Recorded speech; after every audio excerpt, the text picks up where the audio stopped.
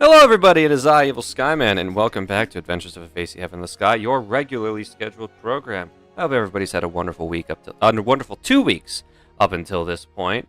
And I hope everybody enjoyed the holiday weekend if you're watching from America. And other than that, we're gonna go ahead and get started here with a session recap. No big announcements for the time being. Salem joined just in time.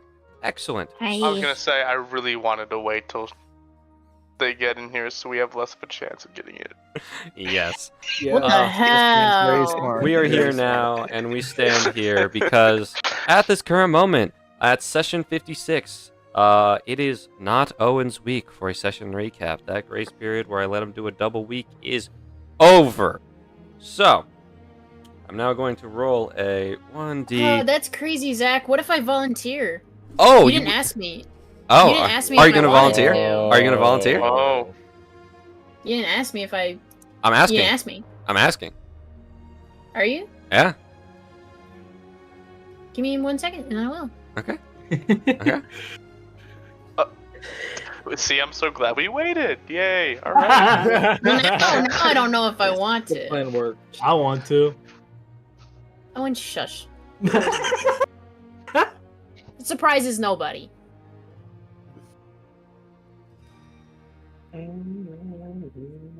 I guess I'll do it. Wonderful. Almost don't want to. Just- Almost don't want to. Because I almost don't want to because of these guys, not because of you, Zach. Of Surprisingly. course, I you know said I thank you. I completely understand. They are Not you, all not assholes. you. So, without further ado, whenever you are ready, please take it away. Sure. So we're underwater. It's not great. From my understanding, I was not here at the session before the last session, so to my understanding, we were already fighting towards the end. I believe, question mark? No. Am I dumb? Combat encounter was beginning. Yeah. So to my understanding, Marl had already been taken. No. Question mark? No? That was happened while I last was session, there. I believe, right? That During the happened middle. while I was there. Yes. Yeah. Alright guys, I might have been a little checked out at the beginning of last session. I'm learning. Oops. Anyway, Okay. there's So about 58. 7 of them in front of us. They're all drowned underwater. There's one of them that kind of looks like a satyr. It kind of looks like from the Feywild. He has the same symbol that Lorelei does. So he must have been a champion for the Wild Mother at some point. But the tree on the symbol is drowning, like overwatering. Root suffocation, I believe is the word. There's a human wearing a large shield with like old ass armor. There's a demon. In the notes, unarmed from weapons or the purity of a mortal soul, whatever that means. There's a big That was the minotaur. What? That was the descriptor Zach gave. In quotations, that is what Zach said. There's a big minotaur man wielding a double-barrel shotgun that has wounds all over it. Apparently Saghoon senses sorrow, recognition, and a bit of disappointment. He doesn't know why. From this one. There's an undead soldier wielding a giant arm, and there's a young giant towering all over over. Oh man, it's been a long day. Anyway, and then the last one is Marl's ancestor, who like kneels before Croquera. Croquera. That's a horrible word to say. And she envelops him in her magic, sewing his gill shut, and then straight up drowning him. I think he's dead. How unfortunate. And then we begin combat. Bo starts flaking away because Croquera's voice is quite powerful. Marl notices something happening to his harpoon. He's able to react fast enough. Oryx also experiences this with his ring of sunlight and his kinetic grasp. Marl's ancestor like grabs him and drags him through the portal with him and God damn it, Zach. Croquera. Krakatoa. Krakatoa. Krakatoa. Such an awful word to say. Dwell hits the undead one with a double nat 20 Eldritch Blast and fucking murders it, because of course she does. And then beyond the veil of the portal is the domain of Croquera. I can't say this word. Krakatoa. Marl like feels like he's underwater, but he's not quite. But for the first time in his life, it feels like if he doesn't hold his breath, he'll drown, which is kind of crazy because he's a fish. He is a fish man. He is a Triton. And then Krakatoa and his ancestor are like blocking the way back, and Krakatoa's like, "Attack me and you won't." And Marl tries. It does, and it doesn't work. Back at the other guys fighting, Lorelei manages to put the Fey Warrior to rest. And he doesn't actually dissolve and return to darkness. He just fades into little foam. He moves on. I love this note. Dwell is mowing down enemies, frankly. This is back at Croquera. She speaks of Avacia's weakened state. She also mentions that someone called Jadius, who has guarded us and has left us unawakened. Oh, I said she cannot kill Marl right on the spot, and she wants to make him her anchor point for when she's ready to return. She says that using toys from your world would be poetic. Perhaps I should have used toys from my world instead. She stabs him with her trident, which dissolves and reconstitutes him, leaving something within him as it returns. She's made her anchor. Marl denies this and begins to try to destroy the portal from within Croquera's realm. Marl charges through the portal in full rage after his anger boils over. And then Croquera leaves him with the last few words of "I knew you didn't have it in you." And unfortunately now Marl has a mark on his chest. With the defeat of the drowned warriors and the closing of the portal, everything kind of like disappears. We go back to the surface because we're like, damn, that was rough. Swell walks away from the ocean. She feels a calm breeze pass over her as like a "see you later." And then Saghoon, in all his might and glory, decides to try to go sell the 50 pounds of crab meat that he got a few sessions back from brutalizing a local population of crabs. He finds the market closed and the door locked, so he just rips the door off his hinges. And the guy's like, "Bro, what the fuck? My door!" And Saghoon's like, "Hey, I'm here to sell you 50 pounds of crab meat." The guy's like, no, I'm closed, and that's my door. And Saghoon's like, "What door?" And burns the door. Gone, reduced to atoms. And the guy's like, "Alright, what?" And he's like, "Buy my crab." And he's like, "Okay, well, if I buy your crabs, it's coming out of the price that you're gonna pay to fix my door." And Saghoon's like, "That's crazy. How much?" And he gives him like a low number, and Saghoon's like, No. And the guy's like, "I have a monopoly on the market." And Saghoon's like, "No, I'm the one holding the product, so you're gonna pay my price." And then Saghoon just decides to leave because he's had enough. And the guy calls the local militia, the guards, on him. And Saghoon disguises himself as some guy that we had seen. I think that was it one of the cultists that we killed? It was one of Toxon's bandits. Oxon's guards. Yes, Toxon's guards. He disguises himself as, and somehow the guards believe him, when they stop by, and Oryx is like, "Crazy, who are you looking for?" And they're like, "Oh, the shorter guy, the straw hat." And Oryx is like, "Really? So what did he do?" And then they explain it, and Oryx is like, "I haven't seen him, but if I will." And when they leave, Oryx is like, "All right, Saghoon, we're going training. You don't have a choice." And so Saghoon is like, "That's crazy," and then jumps out the window. Because of course he does. And then he comes back in, and Oryx finds him, so he gets dragged along anyway. And they all go to the dojo. Ariax, Oryx, Marl, Bo, and Saghoon, because Dwell and Lorelei both decide to stay behind. And basically, they meet Master Kuso, And I believe Marl is instructed to go talk to Imepto because he's a master at the particular kind of weapon aura that Marl, I guess, can learn or wants to learn. Dwell tries to meditate to talk to the Shade, I guess. It doesn't work. As far as I'm aware, that's kind of where we ended. I think I dipped a little bit right at the end, so pardon me if my memory of the end is bad. I was not there. All good. Go ahead and take your D8 of inspiration. Thank you. Yippee. I'm never volunteering for you guys ever again. Thank you, Ray. Thank you. Wow. You're welcome. You're welcome. James doesn't get a you're welcome because James is the one that cursed me to begin with. He's muted. He's I didn't do anything.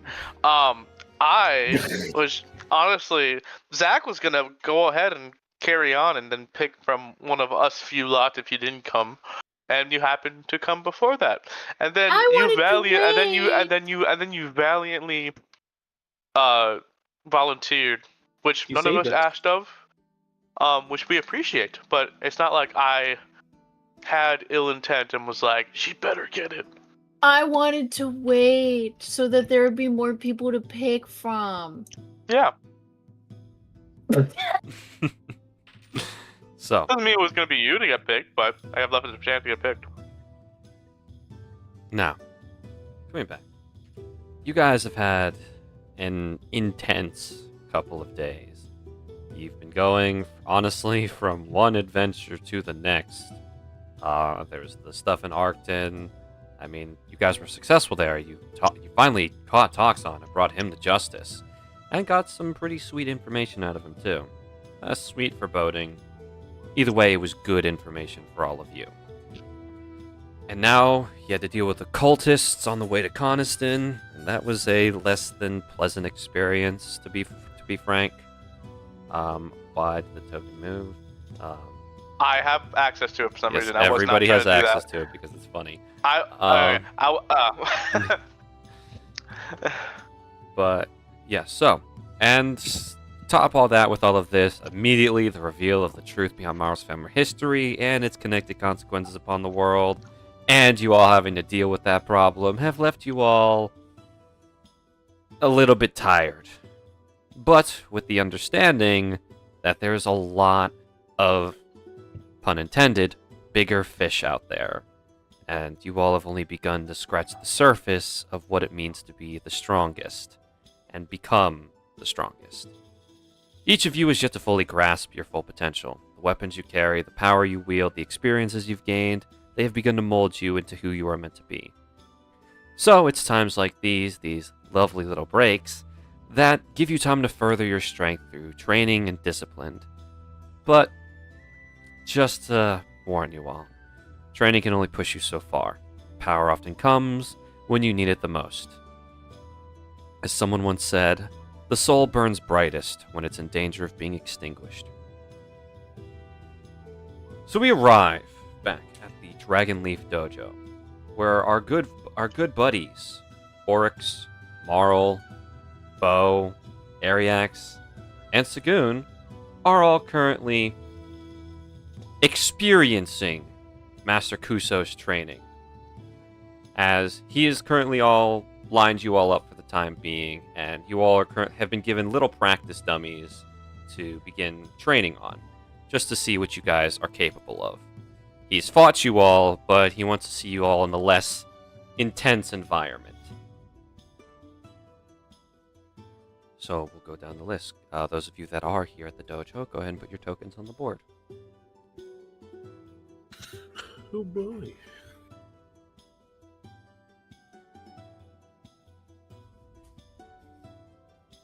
Do you want us anywhere specific?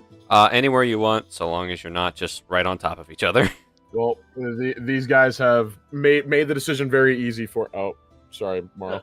Get out of the corner, I Marl. was told I can be anywhere I want, That is not a place you can be. That is the border of the map. Get on the dojo floor. but I want to be here. That's unfortunate. Marl, get in the He's in the walls. If your past experiences these past few days have taught you anything, what you want isn't really a concern of the higher beings of this universe.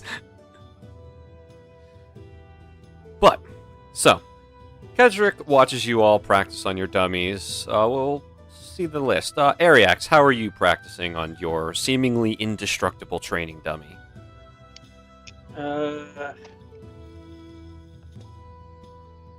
I think because it's technically training, he's gonna take advantage of that, and just because I've been trying to get two-handed fighting, he's gonna be practicing having a dagger in each hand connected to each end of the chain, and just get like beyond the 5 feet, so he uses the chain as well and starts attacking it just repeatedly.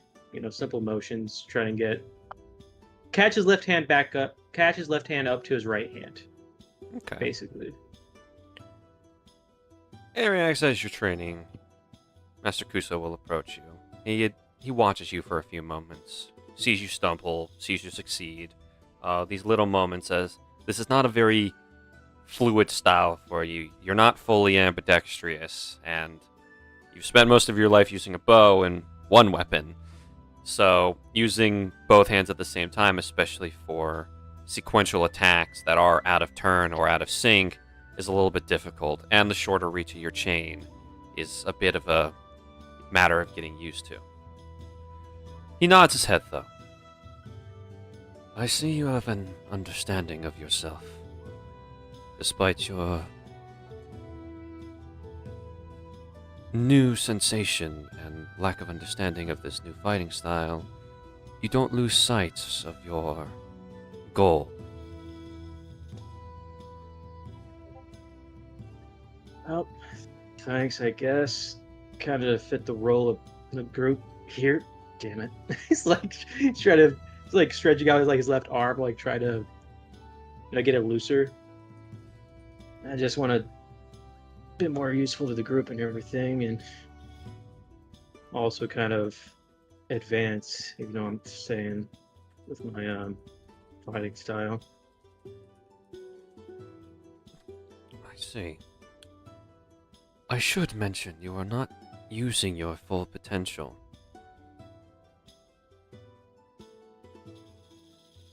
He'll kind of look at Kedrick when he says that. Zadriel snaps his finger, and Zadriel will pop out next to him. Zadriel lands on the ground, and he's currently got a piece of jerky in his mouth, and he just slowly turns to look at you. Hey,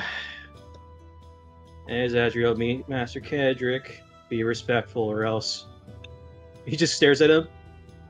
Just be respectful, please. Seems to further my point. You're not grasping at your attunement to the elements of cold and corrosion. Yes, in terms of combat prowess with weapons and the martial aspect, you have reached a level of proficiency necessary to take the next steps. But should you seek to awaken your spark, you need to look more into the power source of the elements. Mystic forces require an understanding not just of the body, but of the spirit.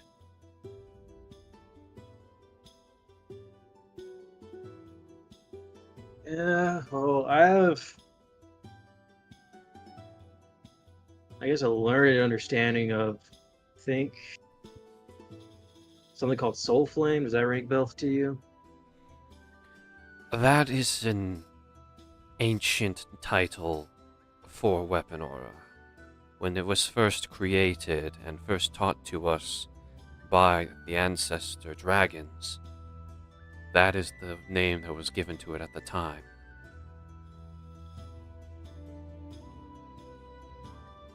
Or so the legends say. And my friends and I found a book in one of the dungeons there, and kind of alluded to that, and I thought maybe if I kind of approached it that way, maybe I might learn something about it, but it's still kind of difficult to get a hang of. Hey, Zadriel, want a combo attack real quick? It does 2 attacks with the chain, and then lets Zadriel do a quick bite on the dummy, and then whips the chain back at it again as it's in his mouth. Okay. Yeah, and Zadriel will pick it up and just kind of like slam the dummy into your attack, so it increases the weight of the force. I would recommend studying your elemental abilities before you study further into this new fighting style that you're attempting to take on. Like I said, you're proficient with the combat aspects of things, but if you seek weapon aura, you need to learn the mystic aspects of your powers. Well, I think there's one way of doing that. Zadriel, will you boost my attack a little bit instead of just attacking then? And I'll just relax my left arm. Just have the dagger in my hand just behind my back, and then I'll just attack with my main arm. And I'll, with your reaction, let Zadriel attach on like the acid damage on my attack. Just kind of show him, like, see if this is the right way of doing it. See his reaction. He seems to nod his head slowly. That is good. However, you should be questioning why this is possible. If your companion was merely spitting acid onto your weapon, there would be corrosion and it would affect you. How is your companion enchanting your weapon temporarily with this power? Study that connection. Try to grasp it further and develop that understanding more, so when the time comes and your spark awakens, you'll be able to use it more proficiently.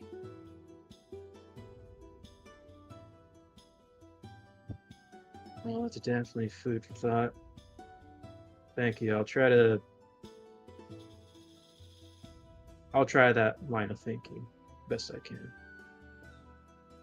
The mind is just as important as the body in this case. Remember that. And he'll start walking away.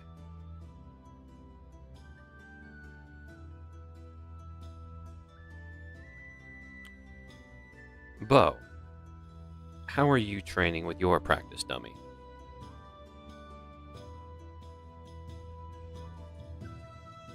He's gonna be kind of at a distance, probably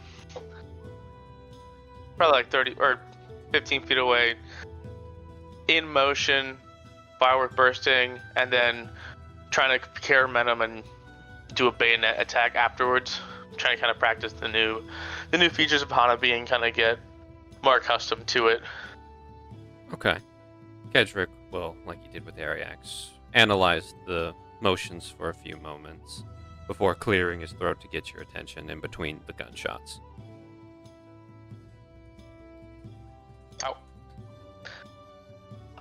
Oh, sensei. And I'll like bow. Like your friend, combat-wise, I'm sensing you have a solid foundation for physical combat skills. I see you've trained and mastered discipline well. Have you studied under a mentor or trainer before? Yes, sir. I graduated from Hogspeed Academy. I was a deputy. So, combat training.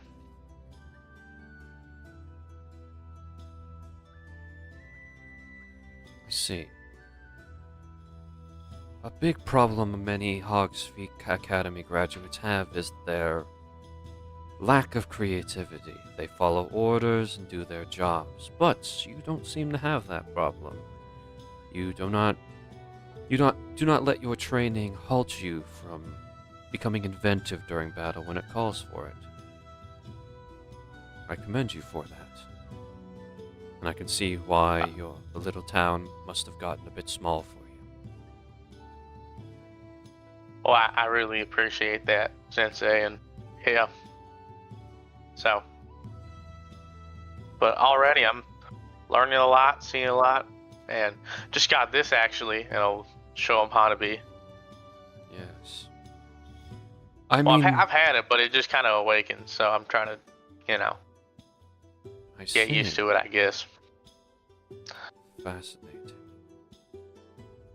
Now, young Bo, I mean this is no insult to you, but spiritually you have no connection to the elements and the mystic powers.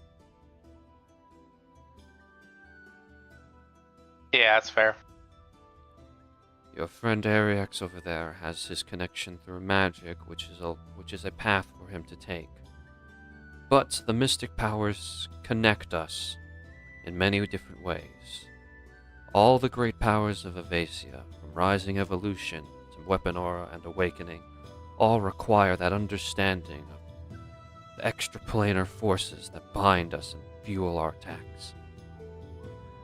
I implore you to find your own tether to the mystic forces, so that when your spark ignites, you will understand what to do with it. And to further that point, you are already on the correct path with focusing on that weapon of yours. He just kind of like eyes it up and eyes it a little bit. Such a magnificent tool you have. It appears to be patiently and eagerly awaiting for you to deepen your connection to it. I implore you to understand that it is no mere tool, but a weapon like that is a partner that you must forge a stable connection with. Understood.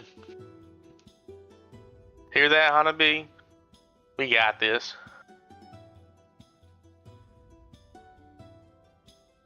In the future, I hope that when Hanabi speaks to you, you listen. Yes, Sensei. He'll give you a bow, and he will move on. Saghoon, buddy old pal. How are you practicing against the training dummy? I have my staff in my hands like a baseball bat, and I'm just whacking.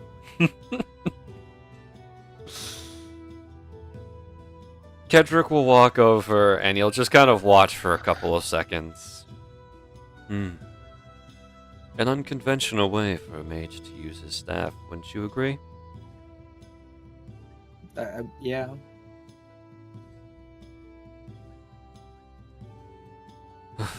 Young man, sorcery is a gift and a curse. I know that all too well. Unlike warlocks and wizards who make deals and study for their powers, men like you and I are gifted it by lineage.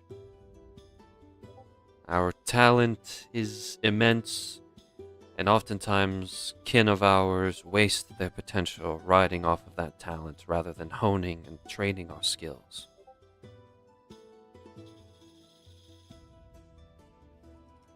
Yeah, I know about training. I train hard every day. I train the hardest out of everyone here. Is that so? What have you Yes. trained? I did push-ups for like 3 days. That was fun. Ah. I commend you for training your physical body. Another mistake all mages make is being lacking in that department.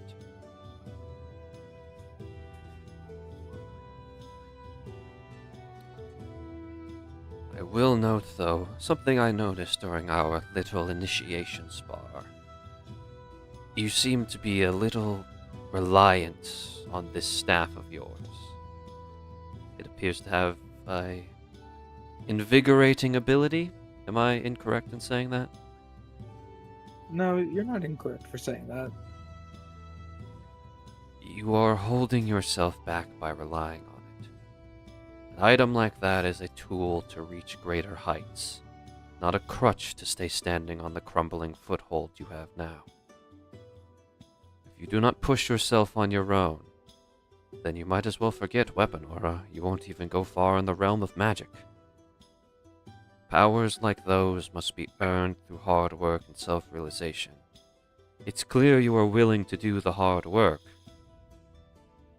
I just implore you to go beyond the surface layer of training.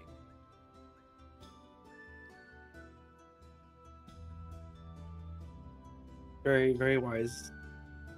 Is it Master Kuso or just Kedrick? Master Kedrick or Master Kuso. People have been calling him both. Master Kuso, thank you. for your sage advice. I do recommend focusing first on how you manipulate magical energy, rather than just accepting that you can do it. It is like second nature for sorcerers. But once you understand how it's done, the realm of possibilities becomes open to you.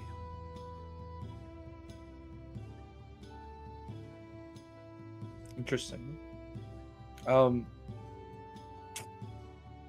don't know. Zach, should Saghoon then start meditating or using spells? I don't know. It's up to you. How does Saghoon take this advice? I guess I'll try to meditate. I'll channel his dwell and start meditating. As you sit down to meditate, Kuso will move on. And he'll approach Marl.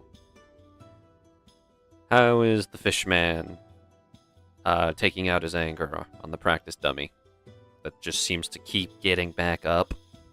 You put it well. He's taking out his anger. Really, like, he's swinging his anchor as hard as he can, like proper follow through, trying to, what you'd expect to see someone like a firefighter trying to cut through a door, to be able to, just that kind of urgency in his swings. Every time you hit it and it falls down, it immediately just stands straight back up as if nothing happened. But after a couple times of this, after a while of this where it just doesn't stay down, it doesn't come back up. And you look down and you kind of see that Kedrick is kind of stepping on the head of it, preventing it from righting itself up. And he's kind of looking up at you.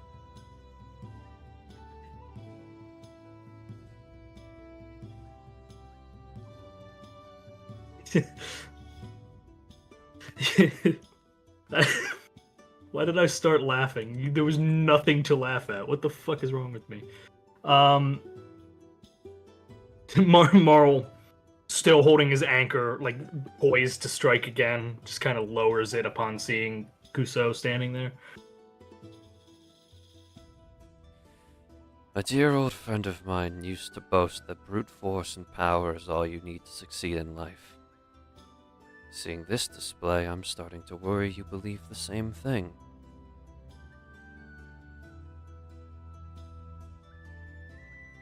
I taught a class back in Drawmore about the exact opposite of that.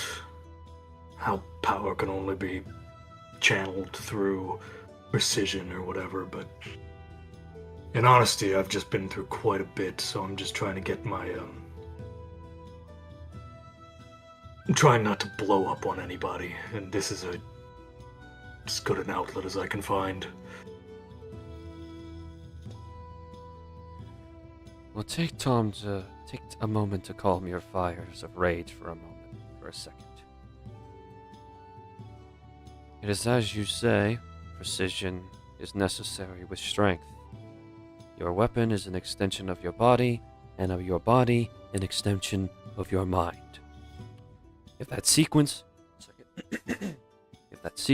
is not respected, then you will one day reach a wall that strength can't overcome. I can tell I do not understand the nature of your anger, but understand that anger is a good tool, but a flame untempered will burn down an entire forest. If you are going to speak with a Mepto, on your walk down to the beach, I recommend focusing your mind on what you can control, rather than the problems that cannot be solved or approached in the here and now. The present is what matters, as you cannot build the future without it.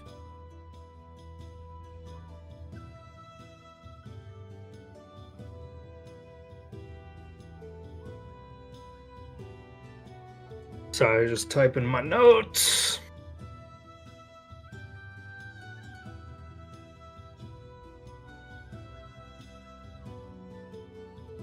Well, in honesty, there's not much I have control of right now. Everyone always has control over something, my friend. You just have to be willing to find it.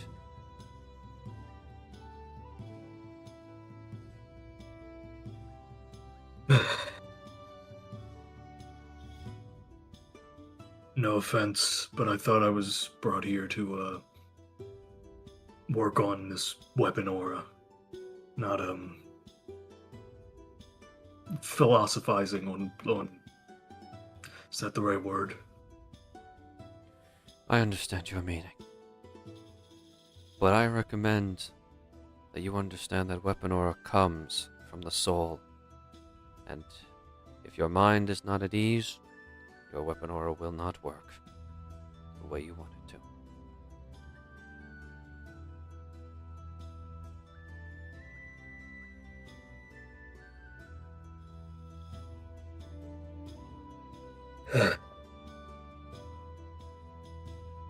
And how do you recommend I get? How do you baby? How does the English language work? How do you recommend? Shut up. And how do you recommend I put my mind at ease? The past 6, 7 years, I've never been able to be at ease.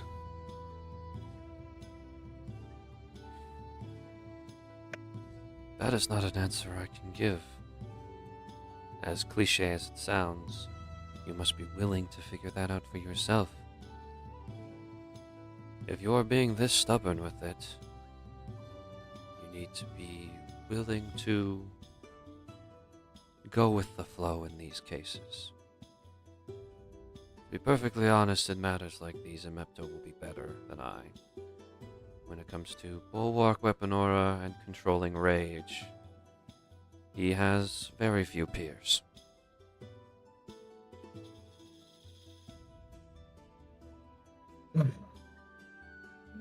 I'll go see him tomorrow morning. Understood. Well then, for now, a good workout does often help clear the mind. Just simply try not to put your thoughts into your strikes. Simply your strength. And your power. And strike true. And he'll take his foot off the dummy and it'll start swinging up back towards you. I will use I will use its springing back up to slam it down as hard as I can. It hits the floor, stays down for a few seconds, just long enough to make you think that, oh man, did I actually do it? Did I knock it down? And it springs back up on you like a freaking jump scare scarecrow. Back to swinging. And Kuso will go to Oryx. My good man, how you treating this dummy? Well, this is the element for Oryx that he or at least he feels as if he didn't know if it was appropriate, if he's gonna use his wraps or not. So I think he started off with not, and he's taken off all this stuff and is just training like he usually would without any accoutrements and whatnot. But he's just doing the same old light jabs, some heavy haymakers, doing some bobbing, weaving, counterattacking, etc. He's just kind of playing it like he usually does. Kedrick will walk over, and as he's watching you practice your moves, he kind of just furrows his brow for a second, and he'll kind of hold up his hand for you to stop. As the hand goes up, he immediately just freezes, and he just looks. Is there a problem? It's no wonder the art of weapon aura awakened within you at this point. Your spirit is there. You are responding well with each of your strikes. I can see that. You have conviction. But your skills in fighting are not going to be enough. With what I've seen you display here, fighting me and practicing on this dummy, The spark of your soul is beginning to burn very bright, and my concern now is that the ignition might have been premature. Your fighting style. Describe it to me. Kind of like scratches like his head. I mean, I never really had a teacher. I've just always fought accordingly to what's ahead, you know. If I need to play it a bit more defensive, I'd try and block a bit more and wait. And if I figure them out, then I'll take a more aggressive approach. But I don't really have like a style, if you will.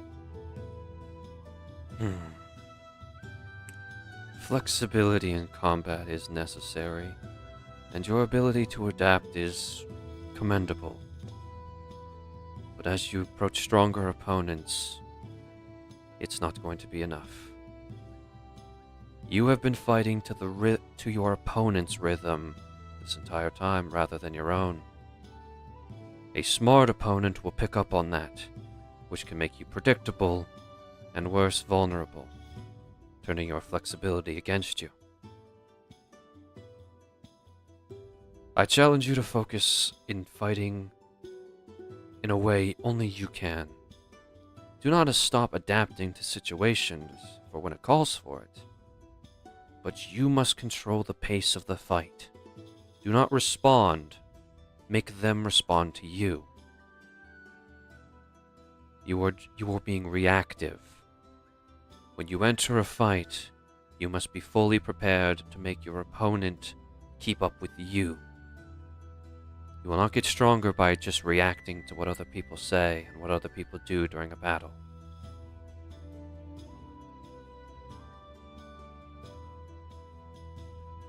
Right. Yeah, I'll work on it. Thanks. And don't let my words prevent you from taking inspiration from the opponents of the past and allies who have fought alongside you. In order to become truly unique, you must take everything you've experienced and allow it to forge you into a true warrior. You have the capability and the potential to be very strong, Oryx. But not right now. You must develop yourself further and understand what makes you, you. Yes, sir. I'm on it. Excellent. And it appears I have another guest. Pardon me for a moment, gentlemen.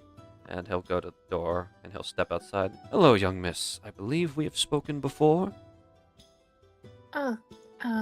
Yeah, sorry. I wasn't trying to just watch. No trouble at all. An audience often helps people perform at their best. What can I do for you, young miss? I was actually, my friends offered me before to come with them to train, but I wasn't feeling the best. But then I thought about it a little more, and really, I was just coming to ask if I could join. Of course. We'll get you set up with the training dummy. Okay. Why don't you Thank explain you. to me? The others, I have a grasp on their particulars and what they need. What do you seek in terms of training? That's a good question. I want, I guess, in all honesty, before I started doing any of this, I was not much of a fighter. So, becoming stronger is the goal, I guess, so I can not only heal my friends, but I can defend them too. And I have this sword that I'm good at, but I'm not, I'm not great at it. I see. Since you are new to combat, how do you feel about it? When you are fighting, what is going through your mind? Oh, I guess typically what goes through my mind about 100 times is keeping a head count of everybody, making sure they don't die, And then when something rushes at me, I kind of panic. And then I just kind of... And she motions, like, swinging a sword forward. Whew, you know?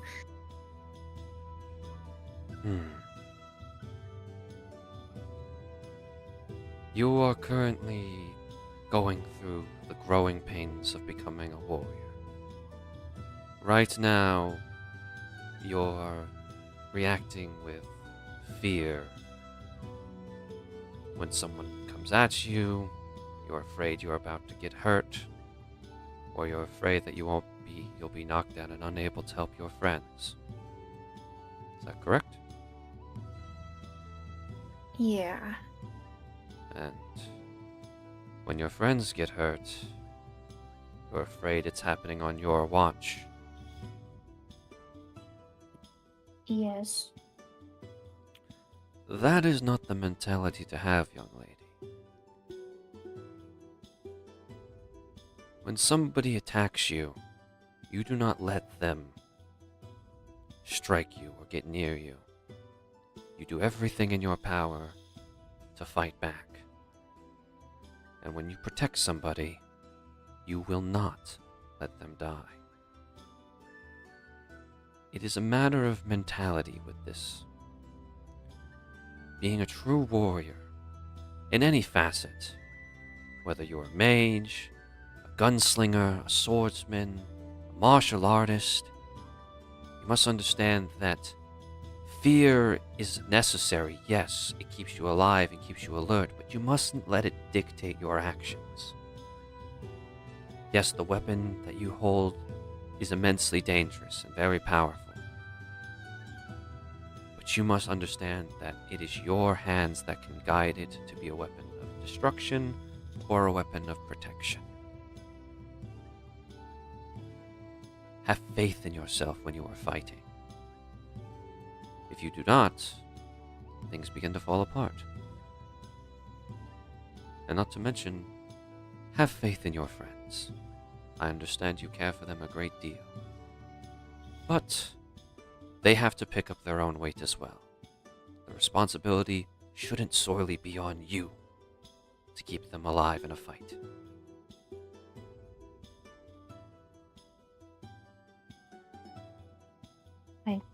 Guess I never really thought of it that way. And you are new at this, and that's okay.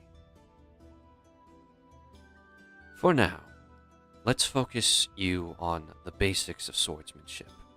Having an insurmountable and indestructible foundation makes for an excellent warrior.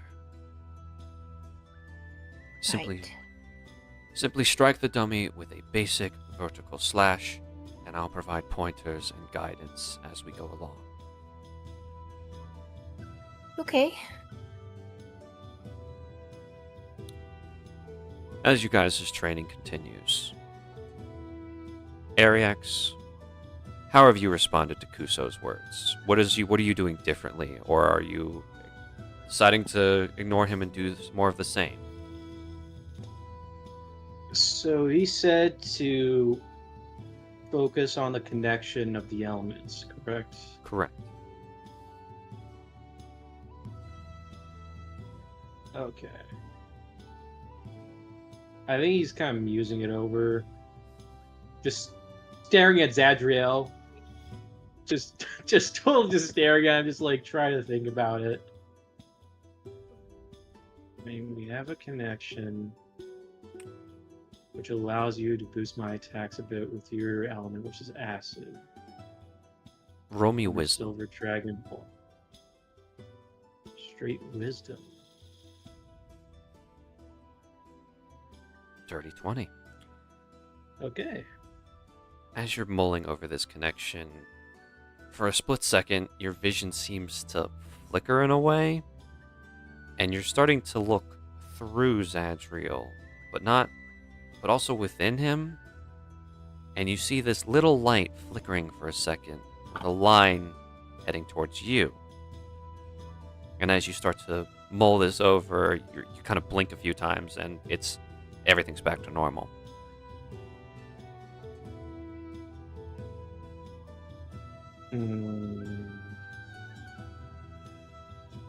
You do something, Zadriel.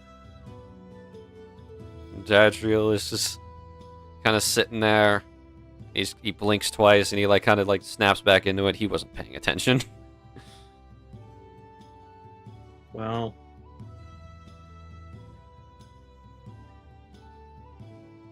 okay. I do ice. You do acid. What do they have in common? Well, ice excessive could cause frostbite, which means it eats away and kind of makes things decay. Acid kind of just eats things away. It's similar, but not the same.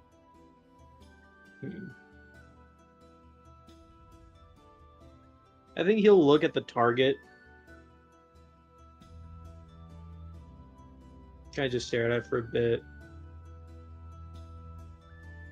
And before he attacks, he's going to kind of imagine...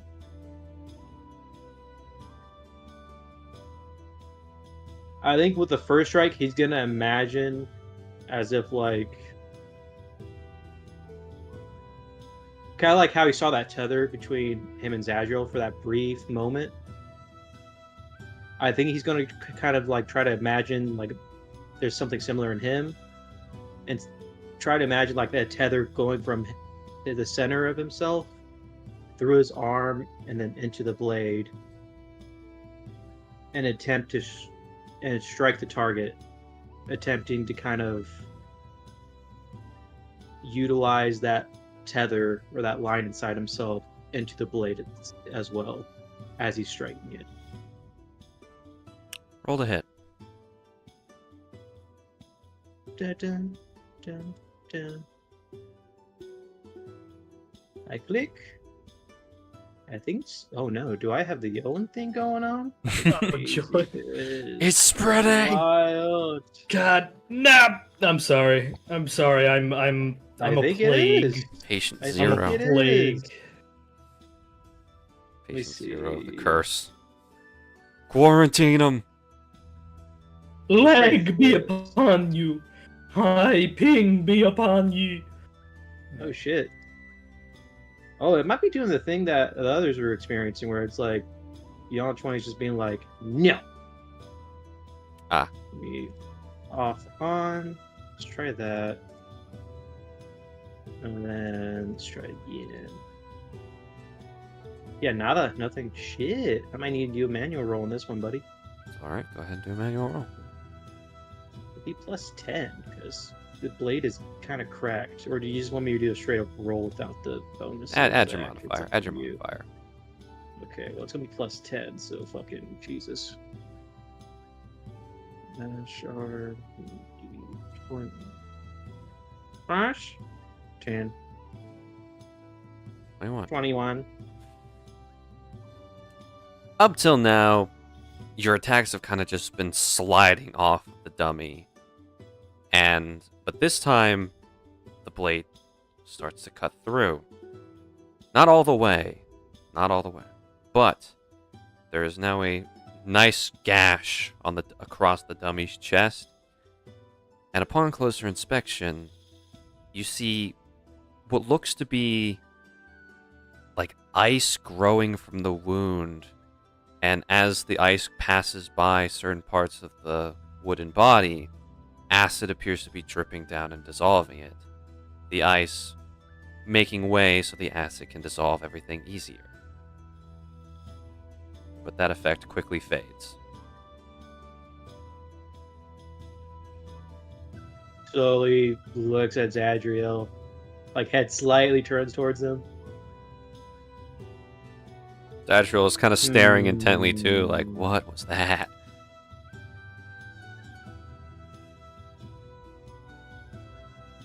Okay. I'm gonna try to do the same thing. But now, as well as my, like, that line I'm imagining, I'm also gonna try to imagine that line that I saw Zadriel. I'm gonna try to imagine it, like, the line coming back to me and try to find a way to, like, the line's coming from him, goes to my center, then from my center it goes to the blade or the dagger, and I'm gonna attempt to swing again. Roll to hit. Da, da, da, da.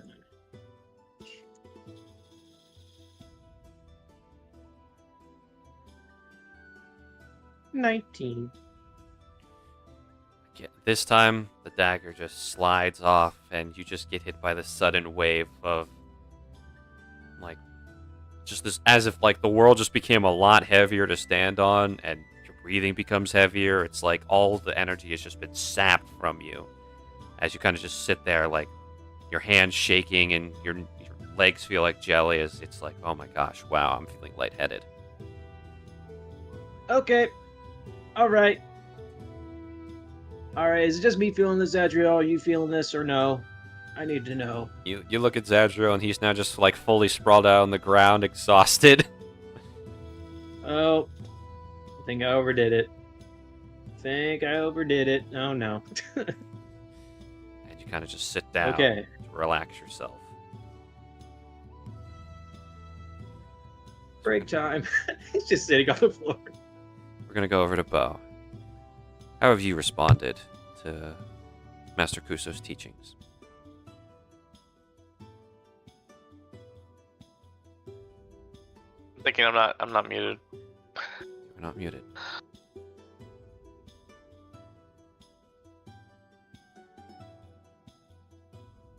Yeah.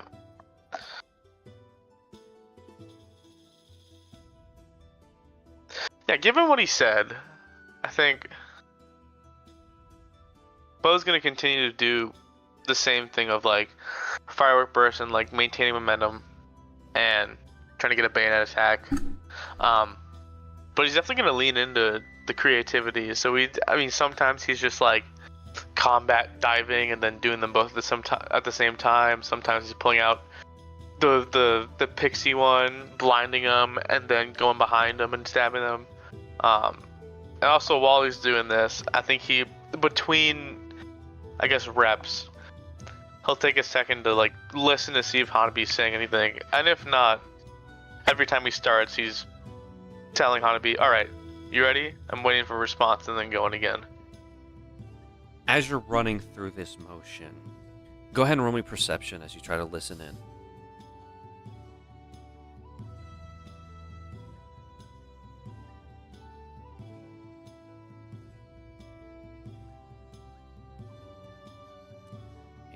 You're not really hearing Nat 1. Nat 1. You're not hearing a response when you do this, but you keep going along, and you keep going through the motions. However, as you're doing this, like, the more you do this, Hanabi begins to start to feel hot. Like, hot to the touch, and when you look down after a couple rounds, you see that similarly to when it first became into its dormant state, it's now got all these glowing lights within all the gaps and lines within the parts, and it's this vibrant, bright light, and it just feels like Hanabi is now on fire and overheating in a way. And as you take a second to stop and calm down, Hanabi kind of cools off and stops. But you do feel this light humming, and it almost feels like something's moving around inside the weapon itself, but you can't tell what or where it's coming from. Oh, jeez. Sorry about that, buddy. You hear a faint whirring and clicking sound from inside the gun. No reaction happens at this current time, but you definitely feel like something is happening within Hanabi that you're yet to understand. But it's progress.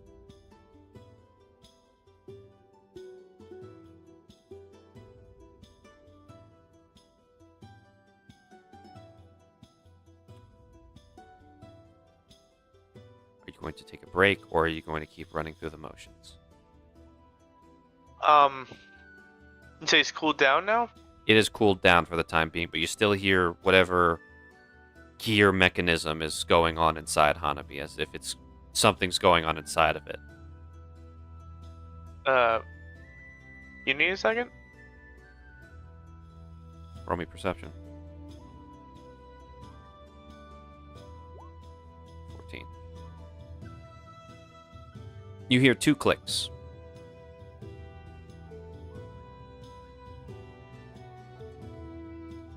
I hear 2 clicks. 2 clicks.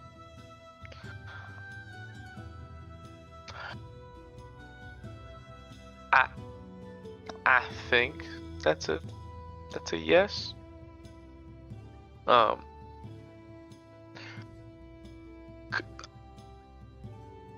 I'm gonna holster you, but like, click more if you're like protesting and want me to keep going. And he'll like slowly put Hanabi away. As you put Hanabi away, it does not protest. Cool. Okay. Well, I guess I got time to practice with these things.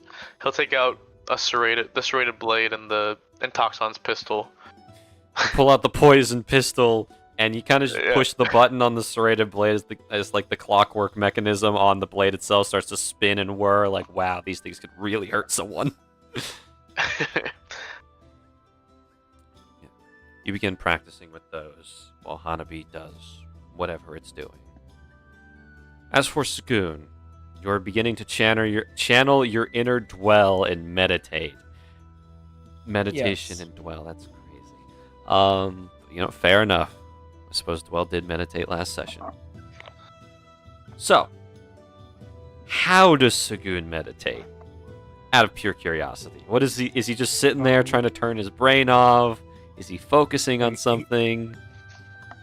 He is sitting down, crisscross applesauce, with his hands on his knees, like, I mean, just peak white girl yoga, like,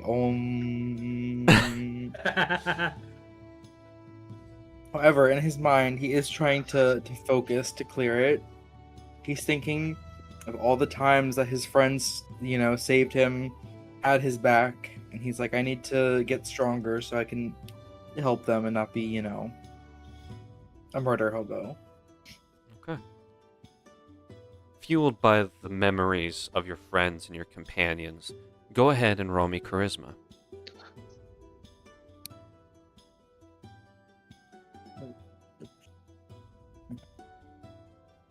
Yay! It's not popping up for us. It did not pop up for us. What'd you roll? Let me roll again. See if it goes. Because otherwise I gotta fix my Beyond 20. I think Beyond 20 is being a little bitch today. I think it may have updated recently, because I pulled up... oh, there you go. Oh, that's Yeah, alright. there you go. I don't know why my Beyond 20 is not working. If you just want to tell me what the first roll was, I'll take your word for it. It was a 22. Excellent. You focus in, and you're trying to get. You're getting stronger for your friends. That is what needs to happen. They've had your back through thick and thin, and then sometimes when they shouldn't have, but they're still with you, and you're focusing in now, and your breathing slows for a second as you feel this warmth flowing throughout your body. As you can just kind of feel this swirling energy surrounding you. Go ahead and roll me perception.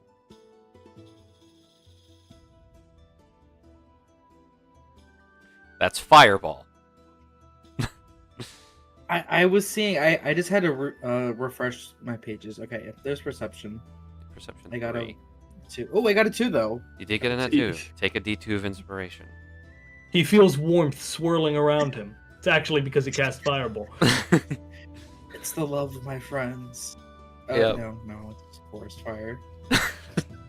Lorelai is actively the one closest to you. That would be a horrendous idea. That would be a horrendous idea.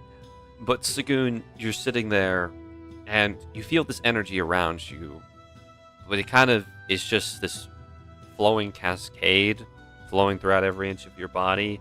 You're not really making sense of it or where it's coming from or where it's going. It's a little overstimulating and confusing to you, but this is your first time experiencing anything like this. It almost makes you feel a little bit energetic.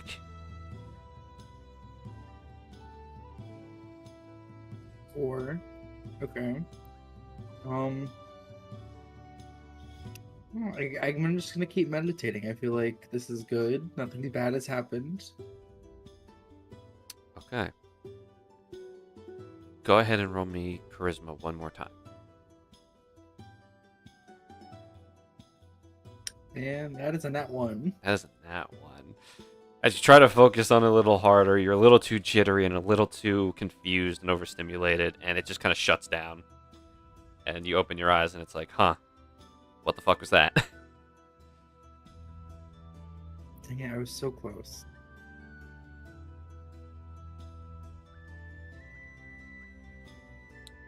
Anything else you're going to try to do now that you've caught a glimpse of maybe what Kuso was talking about?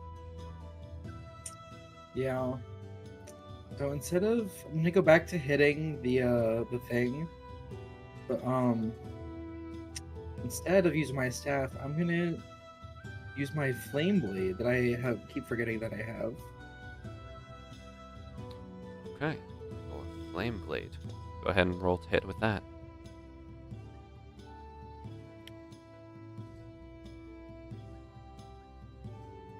Right, the spell flame blade. Got it. Yeah, sorry. It's yeah. I was like, when did I give you a flame tongue? I was trying to think to myself. No, I think it's a fire genasi racial gift. Yep. Or racial ability. I was like, oh wow, you just have a +8. I was like, 23, damn. But yeah, you go ahead and hit, and as you swing your weapon, normally your flames are the normal fire. They're completely red, and they're hot, and it's crazy. It's normal, it's regular fire. This time it's not normal fire. Like a couple of times before, but now in a more permanent manner, the flame blade becomes completely golden as you swing through and strike the dummy, leaving a nice burn gash on it. That's awesome. Okay. I'm now gonna just keep training because I need to be able to do this more reasonably or more normally. So Saghoon just keeps training, enamored by the golden flame. Every time you cast a fire spell, your flames are golden. Oh. Yeah. No, Saghoon feels bad about being kind of crazy by breaking the door. He's not going to cast all his fire spells right now. he just keeps the flame blade. Yep. Understood. Moving on to Marl. Anything, big guy? Or are you just trying to make this dummy pay for standing back up every time? This guy insulted your family or something. Eat anything to get this thing to break. Marl has thrown down the anchor behind him and is just taking swings at it with his fists now, particularly aiming for areas that would, on a normal person, do a lot more damage. You know, punches to the face, sternum, liver, that kind of stuff. Just, you know. The dummies wobble side to side, going with the flow of every single one of your hits. And it just feels like every single one of your hits, it just slides around it. You make contact, and yes, normally you would have been doing damage, but it just feels like every time you hit this thing, it just glides around, rolls with the punches, as they would say, and just keeps getting back up.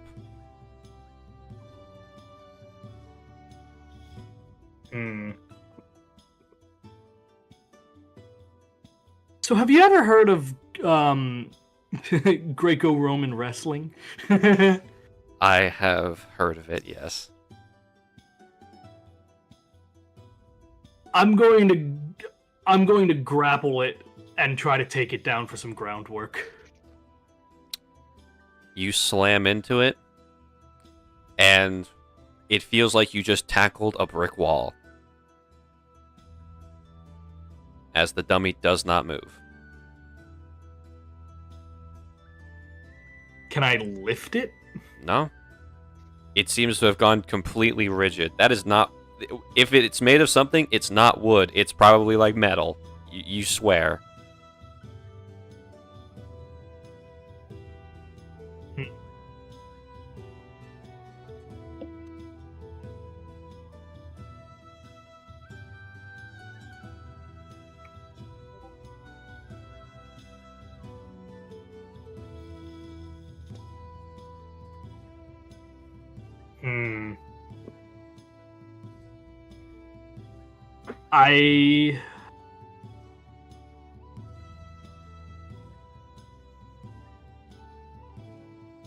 Hold on. Let me see something.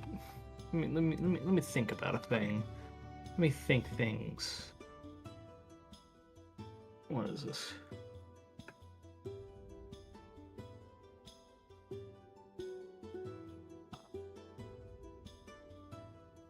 Okay, it's prone stuff.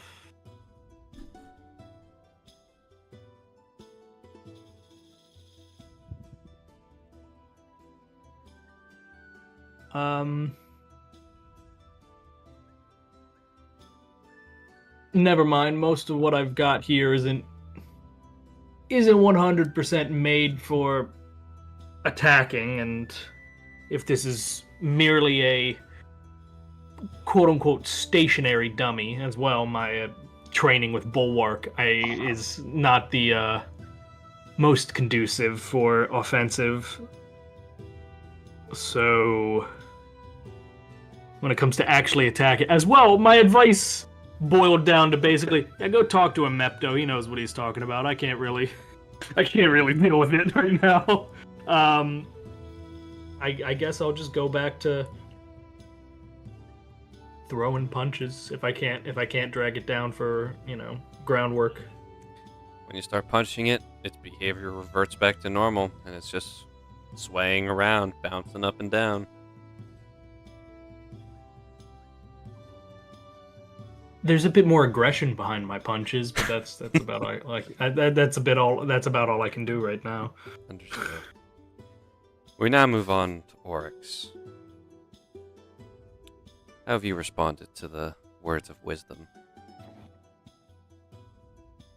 I've taken his advice, and Oryx thought about it for a bit.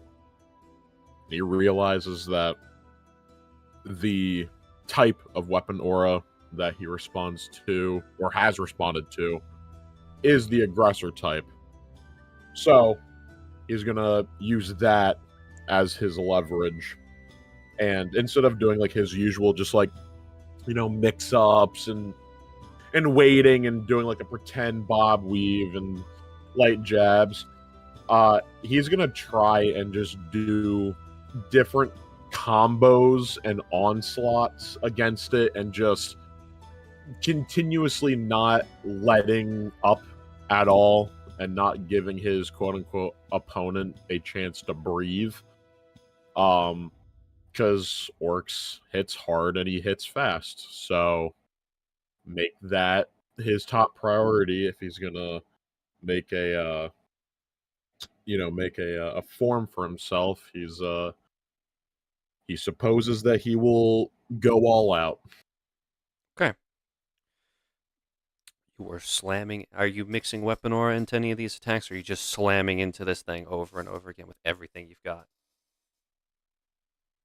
Because this is weapon aura training, yes, he will use his one spark to just use oh shoot, I apologize, I don't know the name right off the top of my Or head. Infuse Strike. Yes, thank you, or Infuse Strike. All good. You are slamming into this thing over and over again. Go ahead and give me your normal attack round is round. Go ahead and give me 4 attacks. 4 attacks, okay.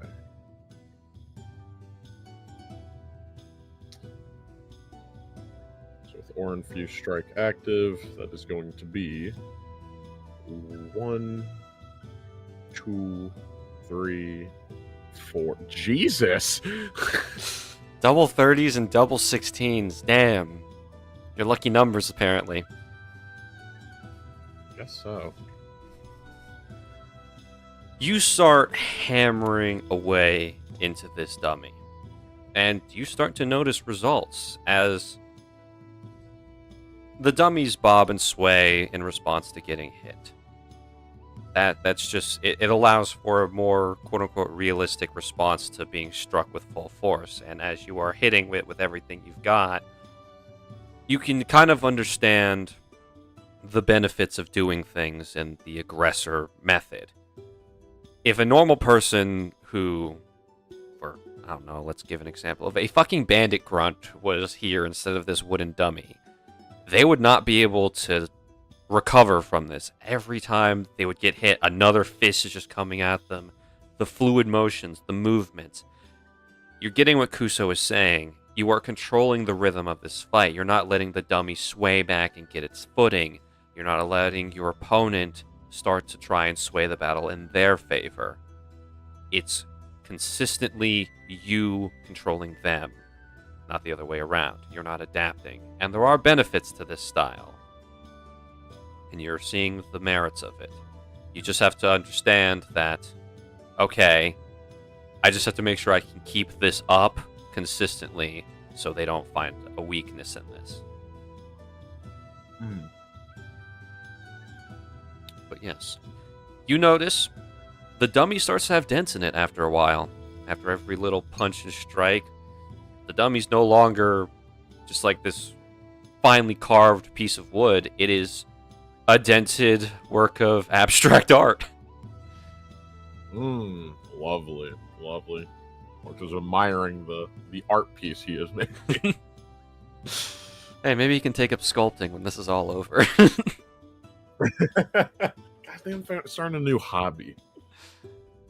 But now moving on to Lorelai. As a rookie fighter, as proper terminology would dictate, Kuso isn't sure that since you don't want to be swinging around your very sharp, very deadly vestige sword for practice. He has provided you with basically a little wooden practice sword that matches the size and weight of Ione. And he is giving you step-by-step teachings, correcting your footing, your form, giving you proper swing techniques in order to help you establish, as he said, the foundations of swordsmanship. Ariax was a good teacher, yes, but he has a very particular fighting style unique to him and unique to his particular arsenal.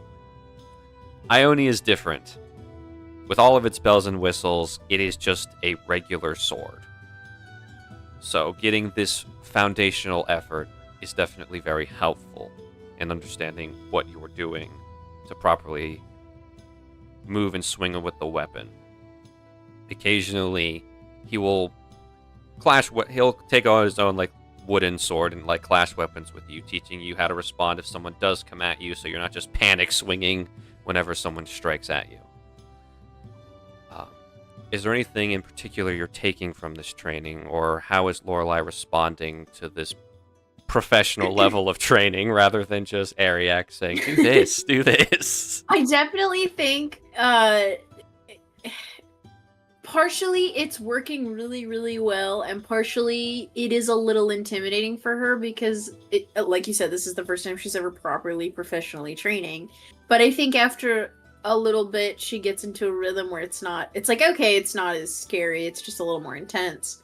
And I think, too, she's making a mental habit to try and pretend like she's in a scenario where she's actually in a real fight, if that makes sense.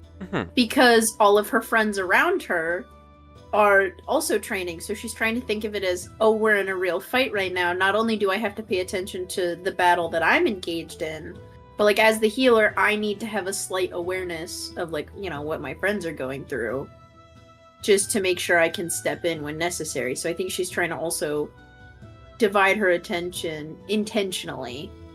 rather than a panicking like, oh god, somebody just went down, oh god, somebody's bleeding out, that kind of thing. Okay. Go ahead and roll me perception as you're trying to divide your focus between Kuso's. He's getting a little bit faster with his strikes to see how he's picking up that you're not fully focusing on him. And he's trying to make sure that if this was a real situation, you would be having to keep up a quicker pace than just tap, tap, tap. It's more like tap, tap, tap, tap. So, 14. Then you are able to grasp the situation. It's a little distracting, and when Saghoon first starts swinging around a golden sword of fire, it does make you flinch for a second, but you manage to quickly recover and do a parry that Ariak showed you, and that Kedrick helped you refine a little bit better.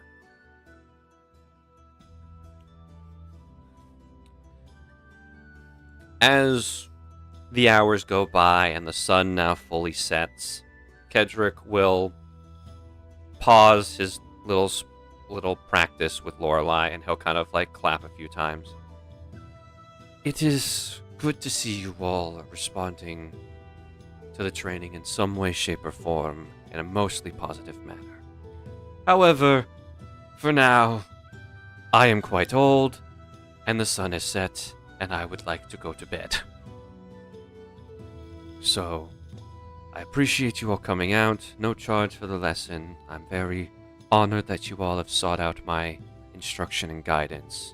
I hope you all have at least learned something from this and will continue to practice my teachings and words moving forward, so you all may become the best versions of yourselves in the future. And feel free to stop by any time with any questions. Yeah, thanks for having us. We do greatly appreciate it. Of course.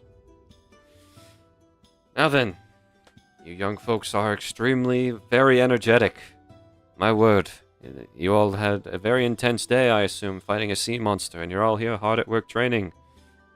Oh, if only I still had all of your energies. He just kind of starts hobbling on his cane again, like Lego Yoda, without his lightsaber drawn. Liar. Fucking liar. He'll kind of go over here, and he'll pour himself a cup of tea. And he'll give you all a nice, respectful bow. I bow back. Is there any other further questions for him, or any other statements you all would like before leaving the Dragonleaf Dojo for the evening? I would like to bow lower and more respectfully and deeper than Oryx. I bow, but there's a little bit of curtsy to it. All right, here's a question. Oryx, what is the angle at which your body is at when you bow? Let's see how low Saghoon has to go with this. Oh, God. Like, are you at a 90 degree, somewhere between a 45 and 50? How's this looking? We'll go 75. Okay, 75. Respectful. Saghoon, how low are you going in that regard? Oryx Touching is my toes. Oh, you're touching your toes.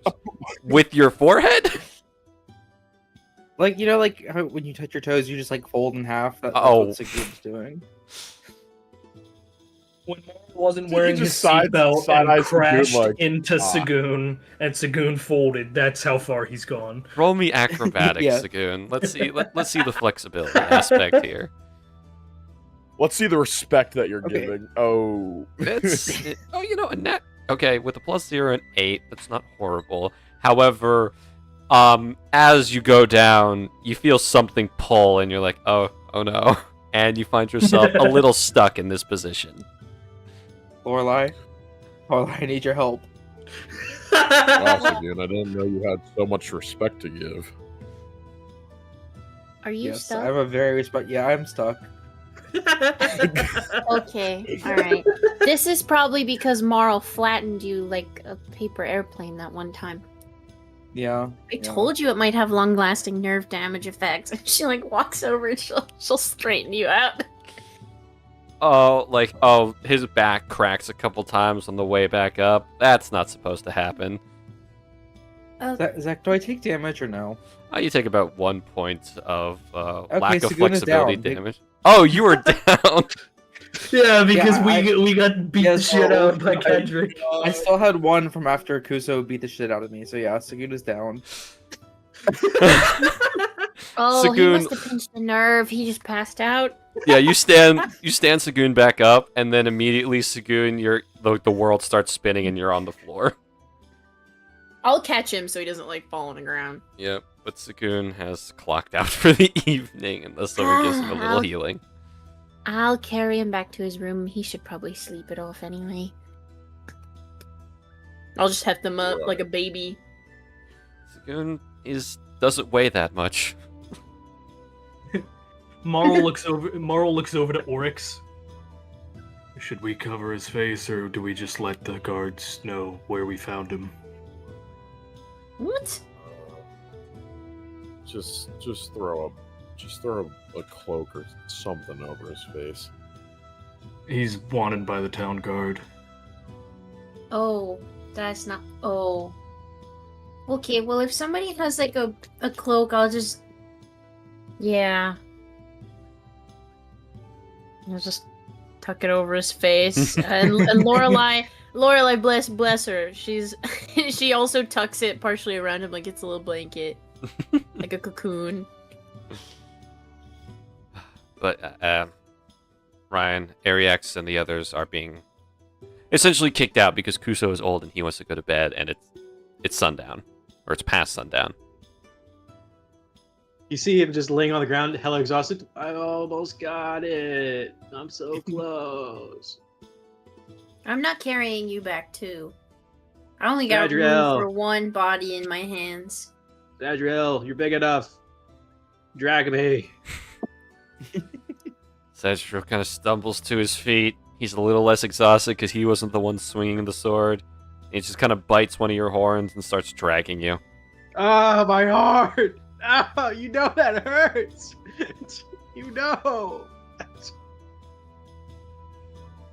All right. Well-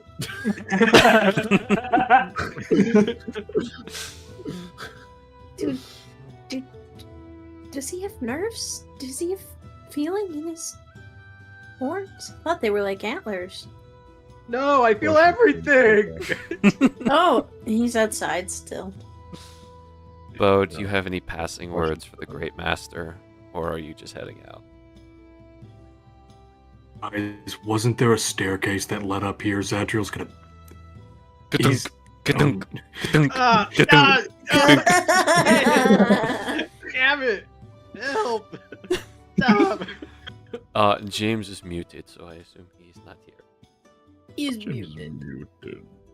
I'll put that on a t-shirt. Guys, I know what we're giving James for his next birthday or Christmas. I was Yeah. muted. Sorry, I'm muted. Yes. Anything you'd like to say, Marl, before you leave? Any passing words to your dummy friend? Hey, dummy friend, make me a strength saving throw. It's going to be a 10. Okay, good. With one final Spartan kick, I can use thunderous blows to just knock it back. Knock it back 5 feet away from me. If it was immovable, I moved it. Yep. It pushes back and it just kind of wobbles like one of those like flailing arm inflatable dudes in the wind. Wonderful. I look at Kuso. I put fist over my heart in that kind of like old salute, very slight bow, and then just walk off without a word. You see the tail end of Zadriel dragging Ariax down the steps, and now dragging him along the gravel. Oh, this road is still unpaved. As we're walking out, Lorelai, who's still carrying Saghoon, will try to like catch up to Oryx for a second, if I can. Of course. You sure you got the idiot? Oh yeah, he actually doesn't weigh all that much. He's about as much as my armor. Wow. He I think we need to start getting some protein in his diet. Oh yeah, he's about, thick as a twig. Yeah. Yeah, well, besides that, cool that you decided to come out. You know, no, we invited you, but I don't exactly know what I was expecting. So good on you. Yeah, I was gonna apologize for not coming right away. Don't. I mean, you ended up coming anyways, so that's what matters, right? Yeah, I guess I thought about I don't know what we talked about before, and I was like, well, you know, as good as time as any, no time like the present. Ain't that the truth? How'd you feel? Good. Sore, but good. I didn't realize I was holding my sword so wrong. Yeah, I might be able to help you in that, but I'm glad you figured that out sooner rather than later. Yeah. Now it's just he made a good point about my confidence. In what way? Well, he says I need to not panic so much and trust that you guys know what you're doing, and, you know, not solely put the burden of everybody staying alive on myself. Well, that is certainly good advice to follow, so, you know, good thing you're taking it to heart if you really did feel that way. Yeah, I'm definitely gonna try. It's nice getting advice from someone who clearly knows, you know, knows exactly what they're doing. Speaking of someone who I don't knows know exactly what what they're doing, you guys watch as Satriel drags Ariax past you guys. Damn it. Oh boy. He's gonna kill him. Yeah, he might. Well, either way, glad you were able to get at least some thoughts in your head as to how to continue. I didn't even think I was gonna learn a whole lot from this, besides an actual like physical lesson. But no, I guess I didn't see the bigger picture either. So we're both in the same boat. He gave you some good advice too? Yeah, I think that I think for most of my life I've just been, you know, going with the flow and just adapting to whatever's coming my way, but never really thought to stop and think about what I am as a fighter and what I can do against an enemy that's not just pivot to the next best solution, you know? Yeah, that makes sense. Yeah. So, point is, you know, don't feel like you're behind at all. There's always something for someone to learn. Yeah, I mean, I don't know. Had I stayed where I was and not, you know, met you guys and started all of this, I probably wouldn't be as strong as I am now, so anytime that I feel a little down, I just try to think that, you know, where I was versus where I am now. In some ways, I think I agree with you. In some ways? Yeah. Didn't exactly think that I was going to be doing this whole group thing, but I'm thinking that it was a positive at the end of the day. I mean, you know, if you want to think about it a certain different way, one could say we're just co-workers. Yeah, I did invite her to come out, but seems as if she did not want to take up the offer. She's probably riding the high of killing a lot of those enemies today. Yeah, sure that we're not going to be hearing the end of that anytime soon. Definitely not. But you know, sometimes she surprises me when we're in battle. Yeah. I think for as much as we give her shit, she's always willing to help out in the heat of the moment. I think she's the one that, you know, can't admit to herself that she likes being around us at least a little bit. Yeah. Say what you want, but I mean, I'd rather have a how you say puts up like hand quotes, kill stealing dwell rather than a non-helpful one. So She picks up a lot of the slack sometimes with healing when I can't. yeah, I think that especially recently, she's been doing a lot better outside of battle. I think that she's a very capable person, but both in and out of battle, I think she's been doing better. Be it from any discussion that any of us have with her or not, that's not up to me, but I think she's progressed in a better way than none. Yeah. No, I agree. I am, a little worried about Marl after what just happened, though. I don't know of any good time to bring it up to him, but after everything, I can't imagine that he's doing all that well. Yeah, neither can I, but Marl's a bit tricky from a guy's standpoint. Sometimes it's not the easiest to just say exactly what we're thinking. So, with something this heavy that's on his shoulders, maybe there's not gonna be really a right time to bring it up, but that shouldn't be something that we neglect and just ignore. Even if we can't find a right opportunity, there's got to be a opportunity that we have to make, if that makes sense. I was gonna actually ask you if you think I should go talk to him.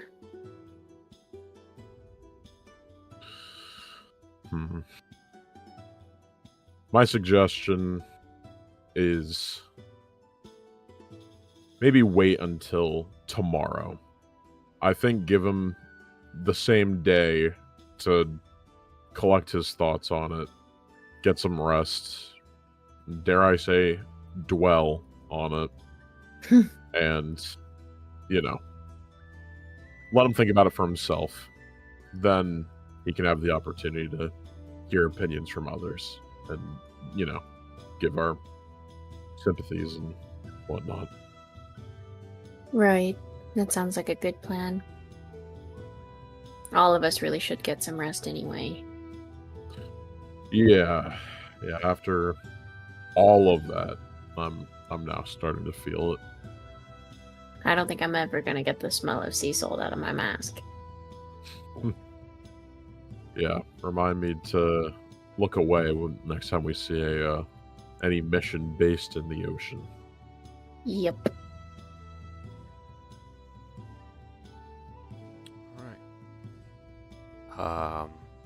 Bo, Ariax, Marl, anything you guys have to say to one another, to any of one as you guys walk back, or is it just get back and go to bed?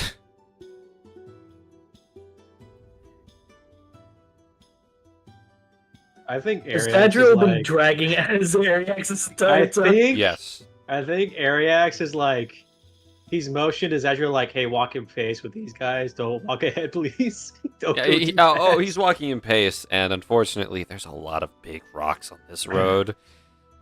Zadriel you isn't picked going the out of most- his way to drag you over them, but it Yeah, feels like it. You and I both know that I can get on top of you now, and you can like carry me there. You're just big lazy. Just kick if I rocks every now and then. One might say that he's being less lazy because he's dragging rather than lifting and carrying, and one takes more effort than the other. In his defense, you did tell him to drag you back, not carry you back. I need you not to make sense to me right now, Marl. I really need you not to make sense. What did you even do that tired you so? I think I got the beginning phase of Aura because I actually marked the dummy. There was ice, and then acid kind of ebbed away at it and burned it away. So I'm thinking I'm starting to understand it, but when I did it a second time, I got like super tired, and Zazriel did too. So I think it's since we have the connection between us, I have to incorporate that connection to Weapon Aura. It's a getting phase? Yeah, because I struck the dummy, and it kind of like, because I have to think of like my element, and since I'm a silver dragonborn, so there's ice, and I also have the connection with Zazriel, and he's acid, so I had to like, I'm trying to find the commonalities between the two and then mix it together.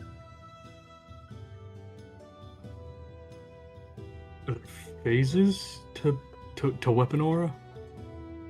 I'm kind of guessing at this point, because I mean, I know when I watch Oryx do it, it seems like he's like infusing his strikes with like an element to me. I didn't really get a good chance of watching you do it, because I think you just figured out your Weapon Aura, right? I think I've used it only like once to make sure none of you died. Yeah. I'll be honest, nobody's explained to me what this is beyond I now can take harder hits. I went to the dojo because I was told he would train Weapon Aura, but I was not told anything beyond go talk to someone else. Well, from my book I guess the Weapon Aura first originated, its first name was Soul Flame. Those dragons kind of taught people how to use it. And then over time it developed into Weapon Aura and all the stages of it and all that. I'm not 100% on it either, but I think it's like Bulwark, which is probably you, because you got to be like solid. I think I want to say like Emitter's another one. And then I think Oryx is the third one, but I can't think of the name right now. Too tired. Are you having this conversation like aloud? Yeah, he's having it aloud. From the back, aggressor. Thank you, Oryx. You're so strong. He's getting trapped. Bonk, that's another rock hitting your head. I felt so useless in the damn Leviathan thing fight. Couldn't do anything against it. You want me to carry you so you're not like... No, I've You made can't my really bed. I will lie in this bed I've made for myself. This looks like That a is really penance. uncomfortable bed, buddy. That is gravel. Zazriel accidentally runs you into like the corner of a fence. That's, Oh God! God says Hey. accidentally, but I would say otherwise. Zadriel, stop it. I'm not patching him up later. Zazriel kind of pauses, thinks about his situation, thinks about the consequences of his actions. Really, Thinks about who gives him belly rubs, by the way. I think that's the first time I've ever heard Zadriel thinks about the consequences of his actions. thinks really what happens if not ever. It doesn't matter if everyone else is pissed at him. What happens if Lorelai's pissed at him? Really thinks about it for a second. Then he starts swaying Ariak side to side, and it looks like he's about to throw him. And then using the momentum from just kind of essentially swinging Ariax by his own horn, throws him up, and he lands at Zadriel's back, and he just starts carrying him normally. Thank you. Now I'm dizzy. No, dizzy. Oh yeah, Lorelai. Huh? I probably, since we were doing all the training and stuff, I'm trying to, alter my fighting style a bit to kind of fit the group better, right? And Sure. my idea is to use 2 weapons now when I fight. So I'm not going to be able to really utilize the shield anymore. I was wondering if you would want it. Oh, let me think on it. I'll probably take you up on it. I would just have to get used to it. Yeah, it's pretty cool. I mean, you don't have to. Weirdly enough, you don't have to attune to it. You can just use it. Oh. So I mean, it's up to you. Like, if you want to decide later, that's fine. But the offer's there for you. Well, thank you. Oh, no problem. I want to be able to take out people faster because you can't really get hurt if they're already gone. Yeah.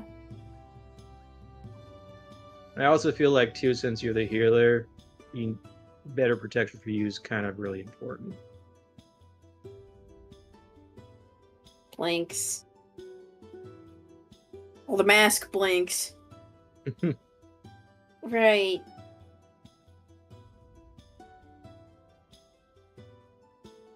You're the white mage of the group, Lorelai. Understand this and know this. No one know fucks with the what? white mage. You don't fuck with the white mage! He's pink, though.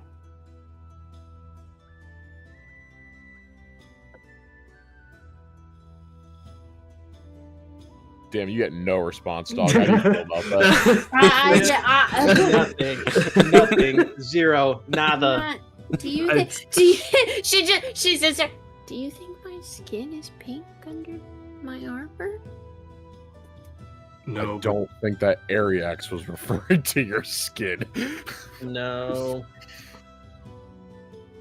No. It's a terminology for something else. It's a video game term. Lorelai, I would not put it past you to have pink skin. In all honesty, I'm blue. I Oryx wish is I had green. pink skin. Saghoon is like orangish red. You having pink skin would not be anywhere weird. I wish I had pink skin. I've seen some tieflings with pink skin. It's Bubbly. But I'd look cooler with pink skin. But you're already cool, though, so it's not really necessary, is it?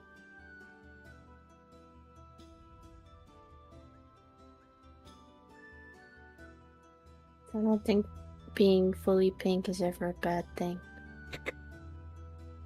I'm confused. Do you want to be pink now? I don't know where this is going. Hey, Now I want to Real be pink. warrior. Yes, real warriors wear pink. That is that's true. fine. Thank you. A wise man told me that. When I say that, I mean my adoptive father. I love pink. He's a man's man. They're gonna meet your, All 2 feet of him. they're gonna meet your adopted father Ariax, and the hero forge I make of him is just gonna be wearing a pink suit. Yes, all 2 feet. my of them. man. He's a gnome. Finally, Okay. someone shorter than Saghoon. He is a gnome, and he is a man's man. Beat me in every strength competition we've ever had. So, are we all on track to still wanting to find out about the livestock tomorrow? I gotta talk to Yeah. him, Nepto. You got After it. that, Oh, look at this. Welcome, Paige. Hi. We'll fill you in a second. Are you Yeah, I mean- planning on going by yourself to talk to him tomorrow? He asked me to talk to him after I've rested, and Kuso's quote-unquote training and advice for me really boiled down to stop being angry. Talk to a Mepto. He's better at this than I. At least the What? defensive bullshit that I can do now. Wasn't he Wasn't he also a very angry person?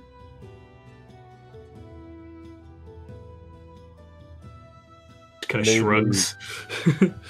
Maybe. The answer to your question is yes, Lorelai.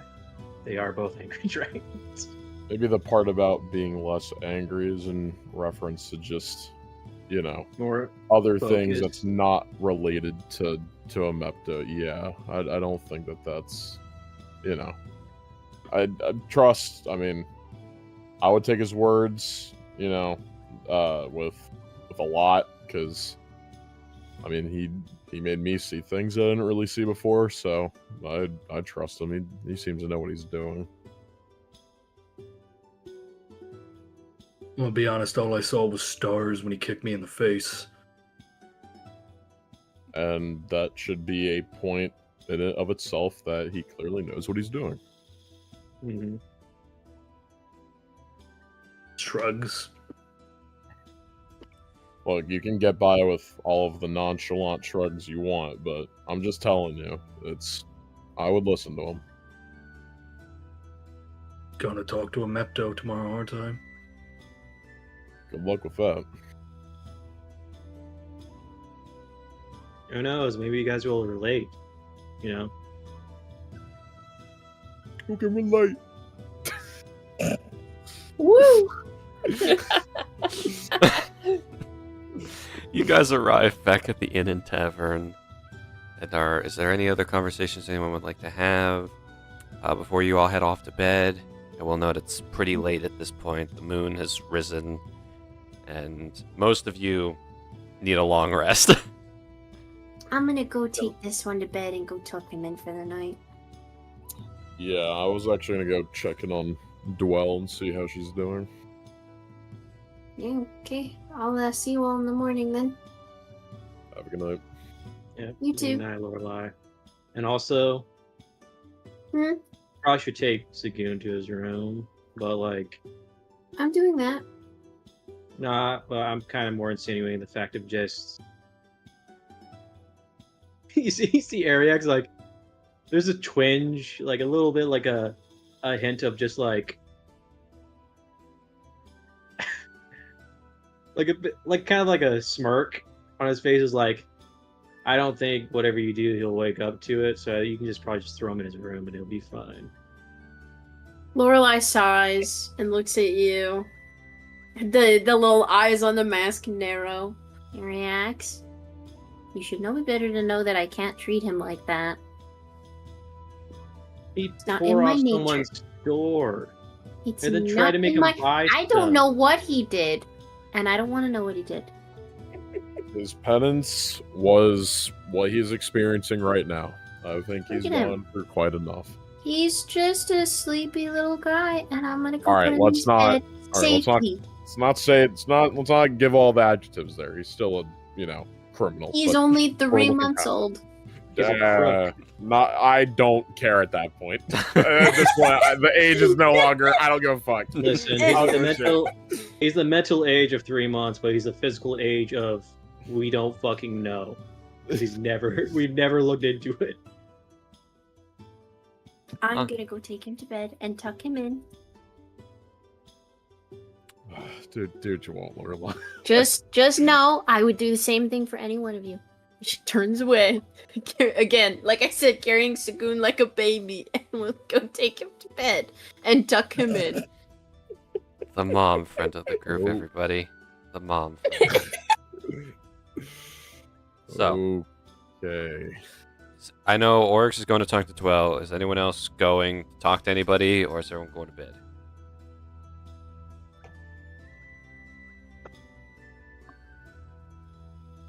I Okay. think bedtime.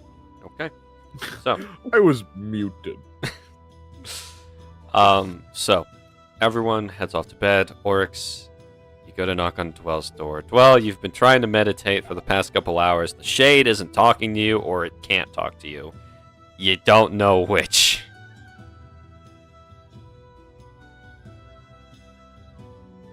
What are you knocking on my door for? All right. Just checking in because he didn't end up going to the training. I'm trying to do my own thing, okay? Right. Well, what is it that you are doing?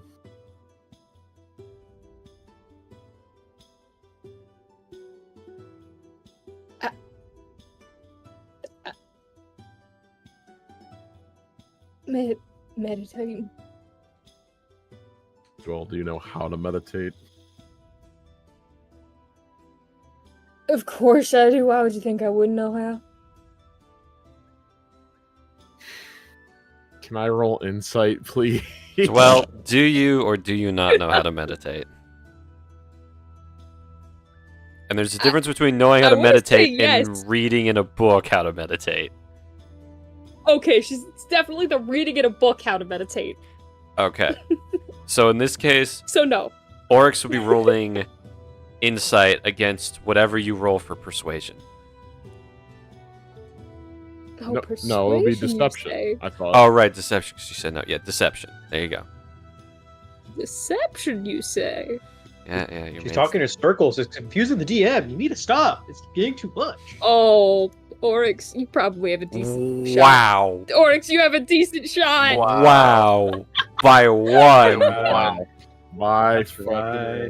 By Yeah, this. you rolled a 10. Oryx, you almost don't clock it, but you've known Dwell for a little bit of time now, and you're starting to know Dwell's tells when she's lying, and It was the of course I do.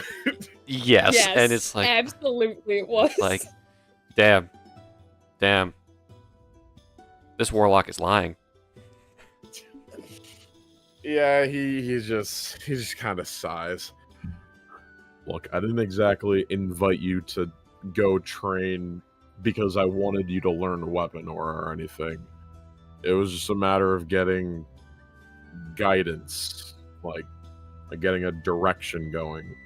I know you've got your waves his hands a bit, your warlocky stuff, your mage spells, and then you know the whole water thing. And my point is, you have and your gun, you have a lot that you're trying to juggle, at once, and sometimes it's better to hear from someone how you should do something rather than just looking at it in a book, getting a different perspective. I mean, you know how we've talked about perspectives and whatnot, so getting a guideline to follow in order to progress, that's what I was trying to get you out to do.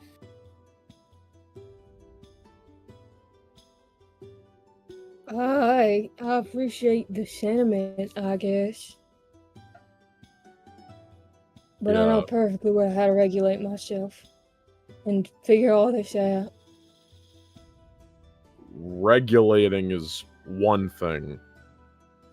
Evolving and progressing is another.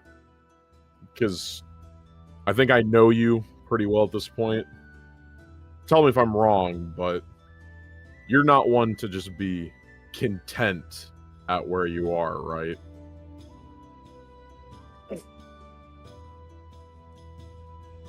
I mean, I'm always going to be the best. And I always have to be. So I will be. Right. So if you want that, I do recommend finding people who are within the same field as you. Preferably someone who is, dare I say, better than you at what you do, so that you can get that second perspective. And who knows, maybe that you'll then become better at what you do than them, and then you can rub it in their faces in the future. But point is, I don't think you're going to learn until you see it. So just keep that in mind. But either way, good job on what you did today. Everyone thought you did pretty well. Thank you. I did, didn't I? 3 kills in a row? Fantastic Yeah. stuff. Next time, in for 4. I'm gonna get 10. Oryx, I think you know me by now. He nods. That's the spirit. Good night, Dwell. Good night. Oh, do you know if Lorelai's still up? Yeah, she should be. She's tucking in Saghoon. What?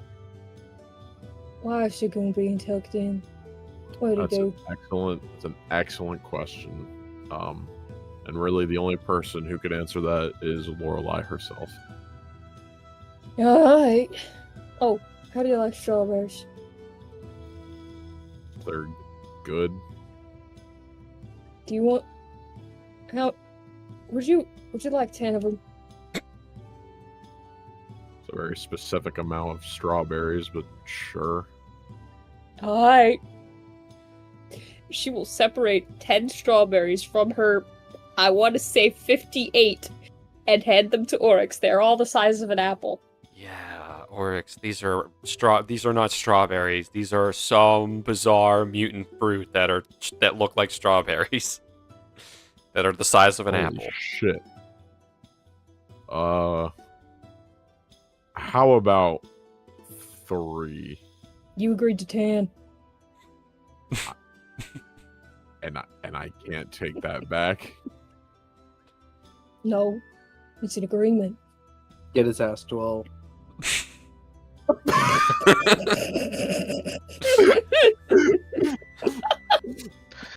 Yeah, Dwell's in the right. Yeah, of course they are. Look at them. She didn't give context on she just said strawberry. She didn't mention apple-sized anything. I'm gonna go Don't take bring these Spaxies. to my room now, I guess. Thanks. Enjoy the strawberries. Good night. Good night. Walks away with a handful of fucking apple-sized strawberries. Yippee! Yep. Dwell, are you going to speak with Lorelai? Oh yeah, they're bud. Lorelai, you finish tucking in Saghoon. He's nice and secure. He's stable. He's no longer in pain. He's sleeping soundly. I put his hat on his bedside table. I ensured he's in the best sleeping position to not aggravate his pinched nerve. I tucked him in the blankets all nice and neat. And then I'm leaving. Very quietly. In your metal armor. I'm not wearing the armor at the moment. I was not training in my armor in the dojo. I'm not crazy. Fair enough. Okay. My bad. Alright, but as you exit Saghoon's room and close the door, you run into none other than Dwell Donati. Hi. The other night I tried to knock on your door. I knocked about a few times. And you didn't answer, so I figured you were just asleep, so I stood out there and then I went back to my room. But I wanted to give you these. And Dwell will hand over a pack of 30 passion fruit. Are they also apple-sized, Zach? I'm pretty sure they are. Yeah. Yeah. Are passion fruit not already... How big are passion fruit usually? How big is a passion fruit? I have no I clue. thought passion fruit are. They're pretty Or no, I'm big. thinking Let me check. pomegranates. I was gonna say, aren't they already pomegranates though? They're are already I kind of don't know big. how- Yeah, large no, okay. passion fruit They're decently sized. They're like the size of clementine, a little bit bigger. Okay. Okay. I'm a fake passion fruit fan, actually. Apparently. Okay. What size is a I knew- clementine? What? Have you never had a clementine? I may be just drawing a blank. Mini the orange. mini You know the oranges. tiny little Oh, the oranges, tiny you oranges. get Okay. like Yeah. in the Like the the angel. netting. Yeah, I have to remember Alright, the that they're tiny called oranges, yeah. clementines because I've grown up my whole life referring to them by their Japanese name of Mikan. So every time I say, "Oh yeah, I'm gonna have a Mikan," my friends have always looked at me super fucking weird, like, "The hell you just say?" And I'm like, "Oh, it's a clementine." I didn't know they were actually called clementines until I was like 18. It was crazy. But regardless, Lorelai, you receive a pack of 30 passion fruit. Oh. Thank I read they were you. sour. I think they're sour. I didn't try one.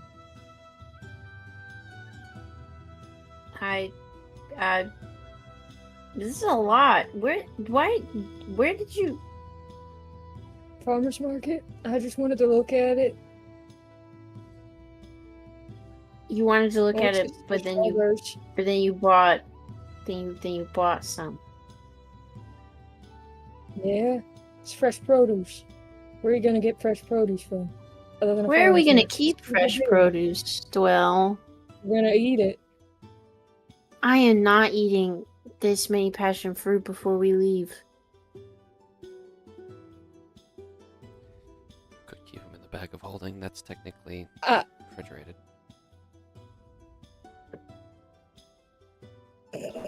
But not. But Oh, did you know bag holds are refrigerated? Or a hint. You can give it to the walking trash receptacle that is Adria. Yeah. That'd be a waste of money. Or turn it to juice. I don't fucking know. Just So juice 30. you bought like an excessive amount. Normally, Dwell, when people buy from farmers markets, I think they don't buy as much. They came in packs of 30. I don't know what to tell you. Is she lying to me? No. That's a lot of fruit. It was a good deal. I couldn't pass it up. What does that mean? It was like for 1 gold each. 30 passion fruit, 1 gold. That's Oh, I thought you were saying each passion fruit was 1 gold, and I was about to say, well, that is not. I don't know nothing coming about from you. money, but I don't think that's. Actually, now that I'm thinking about it, I don't know anything about money, so I don't know what I'm saying. Is that a good deal? Like, Yeah, it's a fantastic deal. Fresh produce, 30 of it for 1 gold. you're That's saying good. fresh produce. Is this all you bought? I have strawberries. Do you want a strawberry? No. No. Okay. No. I just wanted to thank you for the other night. For the other night? Remember my weird water in the room thing? Oh. Oh no, you didn't have to. It wasn't something that requires thanking.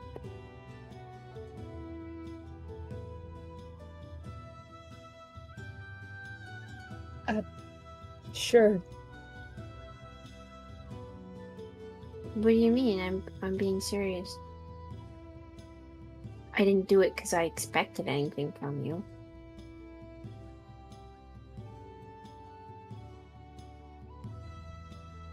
Toll's face is scrunched.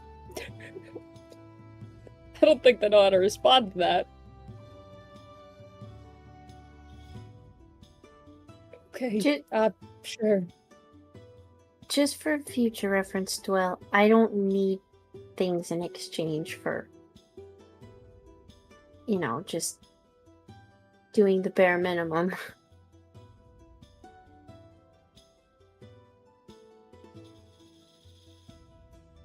Alright, okay. By the way, what happened to Saghoon? Why did you tuck him in like a baby? Oh, he pinched a nerve. How? He was trying to show off and he bent over too far and he pinched a nerve. You remember when Marl folded him in the backseat of your car when you broke your car because you broke too hard because you got annoyed by something Saghoon said? That was deserved. But yes. No, I don't think it was. But you remember when Marl like fully folded his entire weight onto Saghoon? I actually think Saghoon might have nerve damage. To tell you the truth. Oh. I think he might be permanently afflicted by that incident. He bent down too far, got stuck, and when I helped him back up, he fully passed out. It's strange. Well, And there's maybe we've learned the consequences of how is that my breaking at fault? breakneck Saghoon who speed. said something. You are the driver of the vehicle. I want you to go back to And I Bo wouldn't have had that and say reaction. that to him. I want to know how Bo feels about what you just said. Alright. Wanna go wake up Bo? I'm gonna go wake him up. I'm just making a point that maybe you're the insane one here. I'm far from insane, Lorelai. In fact, I'm the most sane person here. Sure. Yeah. Most Oh no, I heard most- that disbelief. Most sane people need to reassure other people that they're sane.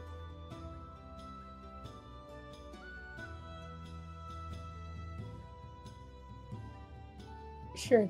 I'll believe it when I see it. What?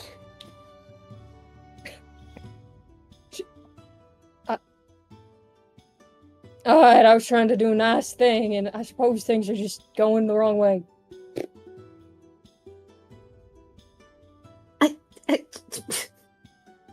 I appreciate the nice thing that you did, but the nice thing that you did right now has nothing to do with permanent nerve damage that you probably have given Saghoon. I didn't mean to Marl give folded permanent him nerve like a- damage. Well, Marl folded him like a lawn chair. Really, this is also technically a lesson from Marl about seatbelts. I haven't felt my legs in 3 weeks.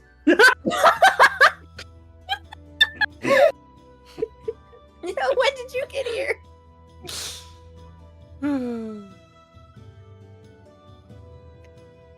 Anyway, Dwarf, Alright, thank you for the okay. fruit. I'm gonna try to find a place to put these, and I'm gonna go to bed. Alright, good night, I guess. Good night.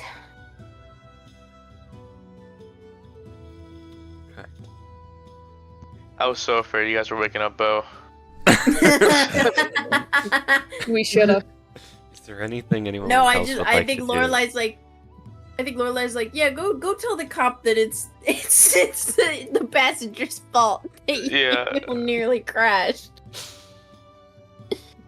Is there anything any other people would like to do before they all head off to sleep? All right. Give me a second as I switch up the music. Uh-oh. It's dreaming time, guys. Uh-oh. It's An ancient white dreaming. dragon Uh-oh. crashes through the I tavern. love dreams. Uh-oh. I like Jackson. I like how your character didn't even die from that endeavor, but you're the one who brings it up to me all the time. It's my character! My character died, Jackson! Yes, I have stolen your valor of dying. Sorry. No, this is understandable, actually. You deserve it. You deserve it. Let's see here. I don't think that's how that works, but thank you. So, I have 3 of you lovely, lovely friends that I have little tidbits for tonight. I'll be going down the list, and I will start with what happens during the night, and then I'll go one by one for what happens when the 3 of you in particular wake up in the morning. You all have had a very long day, an intense and horrifying encounter for most of you, and an even more intense round of training with a borderline lunatic of an old man, but for most of you, his words rung true, and you've all taken steps to improve yourselves. Now, unfortunately, Marl, there have been some changes to you, my good man, and I am very sorry. Your sleep is restless and discouraging. You dream that you're standing atop a hill, far off in the distance, having to relive watching Hikatsu fall. But this time it's not the earth that splits apart and swallows the city whole. It's the tides of Croquera's waters, cascading over and swallowing your home city and everyone in it, pulling your home forever into her domain, claiming all that makes Hikatsu special as hers. You have to listen to the drowning screams of your family and neighbors echo in your head, endlessly running through your mind as you are powerless to do anything to stop it. You try to get your legs to move, you try to do something, but you're frozen there. A spectator to a city's fall. We've already had the scene once.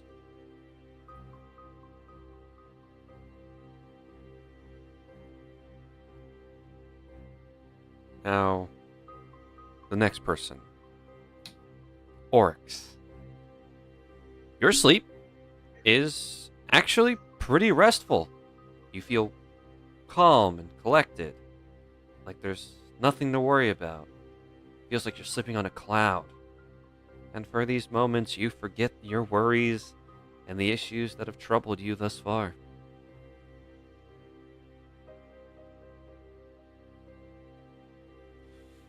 This one's a bit longer. As Bo, Oh no. you lay down for bed. You got all your gear tucked away nicely.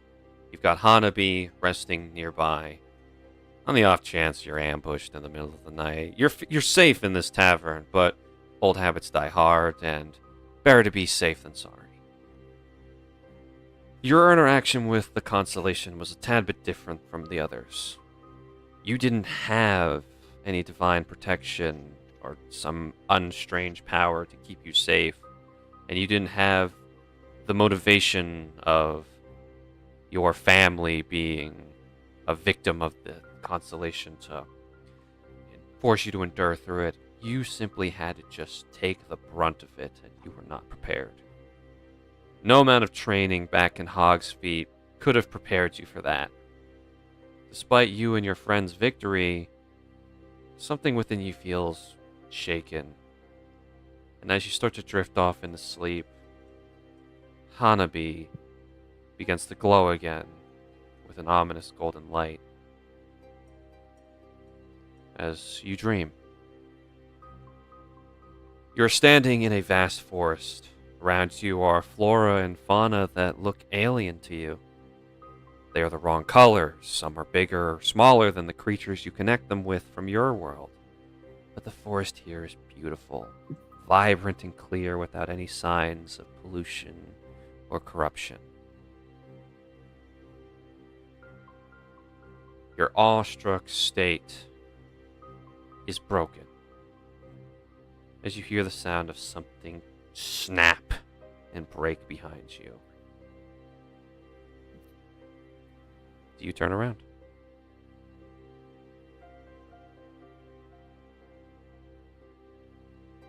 How far behind me? 30 feet.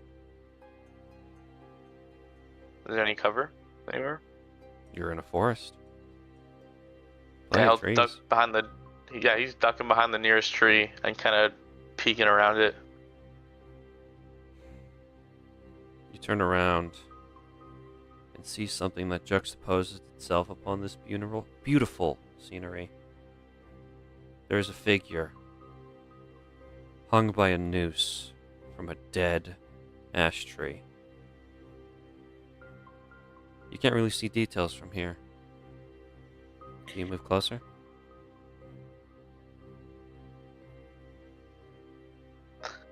Can I see what made the snap anywhere? Can I deduce? Roll me insight. Insight or medicine, how's that? Okay.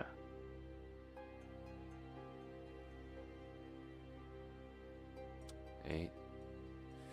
You can't figure out what made the snap, but it came from the direction of that swaying body. All right. He'll kind of keep ducking from tree to tree, getting slower, or yeah, getting closer. As you finally get closer, and you see more details about the corpse of this poor soul executed on this tree. Doesn't take you that much longer to recognize your friend Lorelei.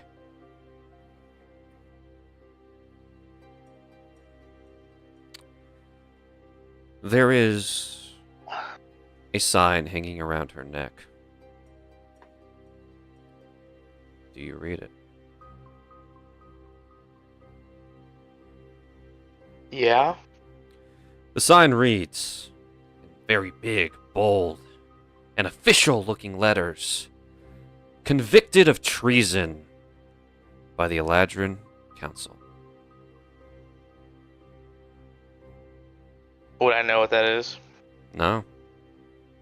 Lorelei has maybe mentioned that term before, but not fully. Not in any form of proper detail. But before you really get time to process what you're looking at, the world around you shifts. And you're now in a different place. Something more grounded in reality, which makes things a little bit worse. You're standing in front of the mouth of a large cave. Behind you is a pool of water that is very reflective. It's currently a dark, overcast night, but you hear screams of terror and fear coming from inside the cave.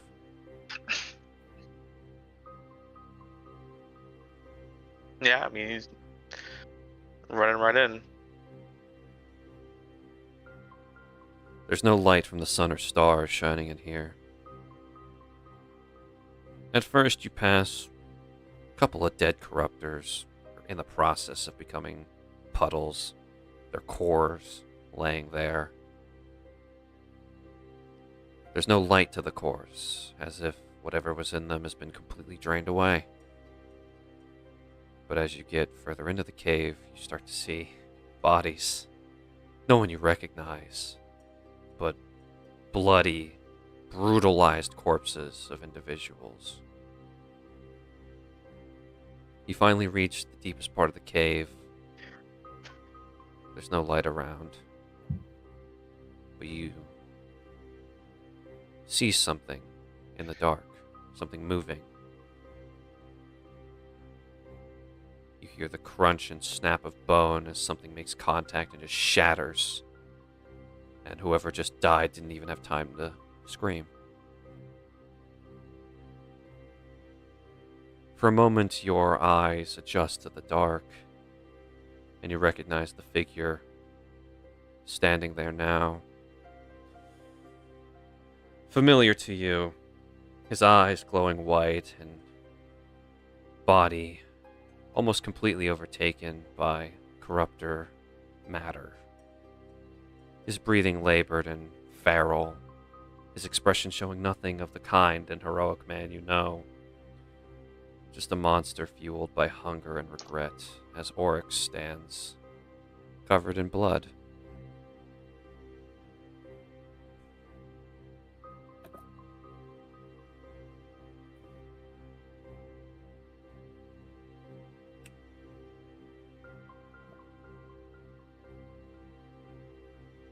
Do you react in any way?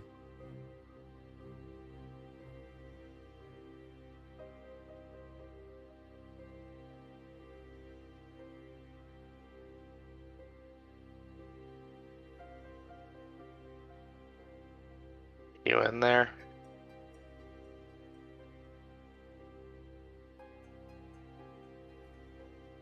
For a split second, you see your friend come back. You see his eyes become normal, and the corruptor matter seems to retract for just a split second. before your friend can respond to you, it all comes back and the monster is returned and it lunges at you. But before a fist can make contact with you, one more time, your vision is going to shift. You are now standing in the spectator section of a large coliseum. It's a place you recognize. It's the arena in Drawmore. You were in these stands when Oryx went to the boxing tournament before. It was an intense moment, but now you're here in a crowd of cheering fans as you look around, and down in the main ring you see Dwell. She's facing off against a man you do not recognize. He wears a black and white robe that covers his face, but you see the Mages Union uniform logo on his back.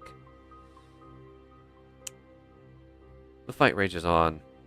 Dwell and this unknown mage are not giving each other a second to breathe, but in a very key moment, her opponent gets a lucky shot.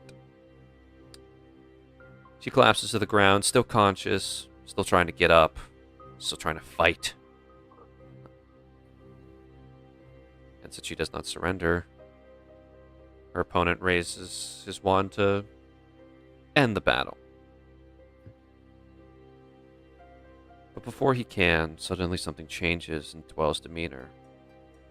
As all exhaustion and frustration fades from her expression, and the air around her, and the air around you, and all the spectators begins to spark and ignite.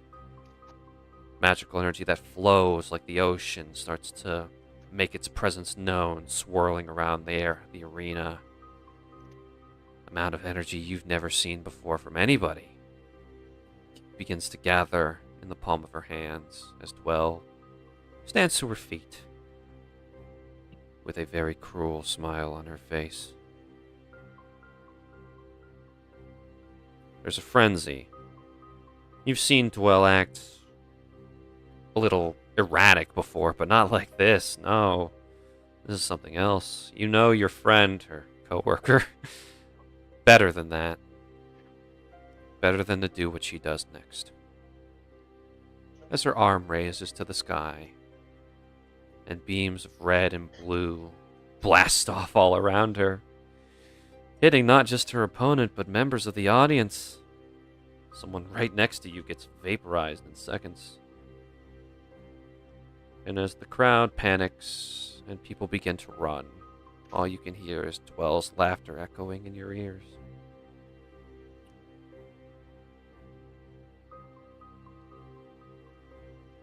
Now I shift back, because it's morning. It's time for people to wake up. Marl, as you wake up, it's a fine, clear morning. Your room, for better or for worse, has a nice open view of the ocean. A nice front row seat to the now calm, cascading waves of high tide rolling in for the morning. But that's not what grabs your attention first. A deep blue and purple glow is emanating somewhere from your room. You look around and immediately your eyes land on the spot where you left your beloved harpoon the night before. That same energy that made up the drowned warriors and your ancestor has appeared and completely enveloped your precious keepsake. By the time you fully realize that you're not dreaming anymore, the work is done. The shape has changed. It's now a more reminiscent design of Croquera's own weapon. Still a harpoon, but far more jagged. The starry, glowing coral growing out of the wooden handle. The blade has become a deep sea blue, with the carvings and engravings now glowing that sinister purple that now surrounded her. Marl, please remove the Ocean Heart Hikatsu harpoon from your inventory. And in its place, you will now be adding the icon of Croquera. If you have any questions, please let me know. As if I would. No.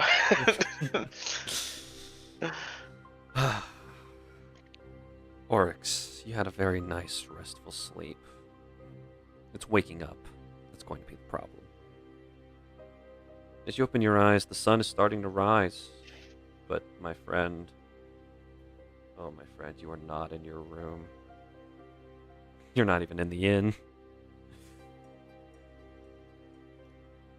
You look around, and you find yourself in the woods. Right on the edge, not too deep inside. But just far enough into where you were at a position surrounded by trees. But the trees that would be surrounding you have all been pummeled and felled to the ground. Just like the one you did at Arcton. Except, that was one tree. There are about 8 right now. Lying on the ground, brutalized, crushed, destroyed. And it doesn't take a genius to figure out who did it. Your knuckles are bleeding. Your hands start to ache slightly from overwork. But that bit of pain is overshadowed by the pit forming in your stomach as the corruptor heart beating in your chest. It's pounding. Like someone's normal heart would after going through some intense physical exercise.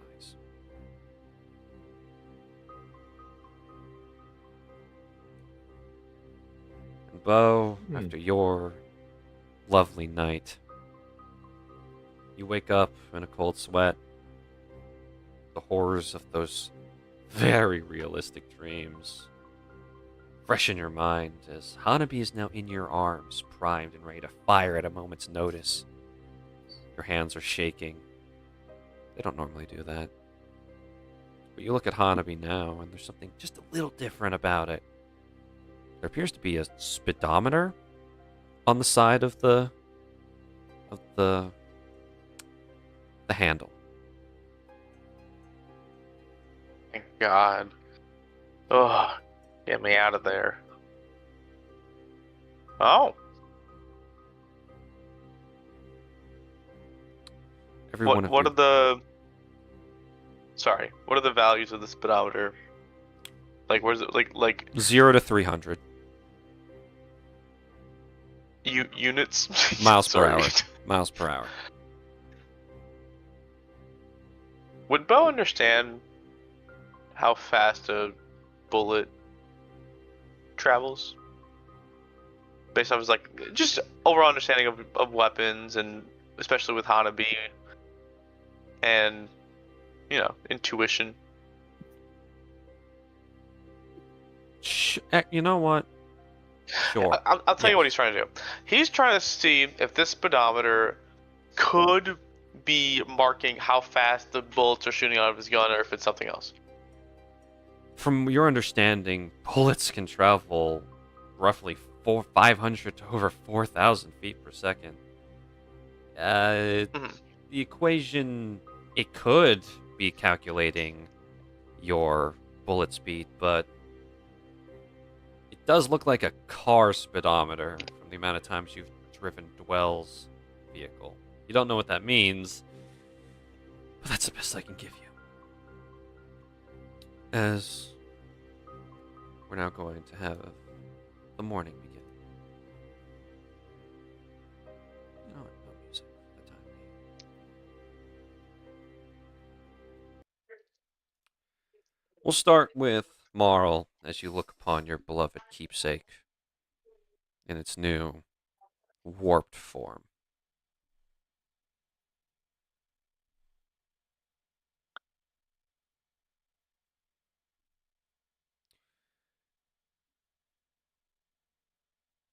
How are you reacting? He'll reach out to grab it and, hesitantly pull it back and inspect it.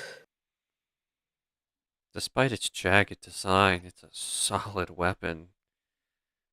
And you can feel the power pulsing from it. It's different from your former tool. The harpoon itself was a tool made for fishing, for work. It was a working man's item. This is a weapon meant to take lives.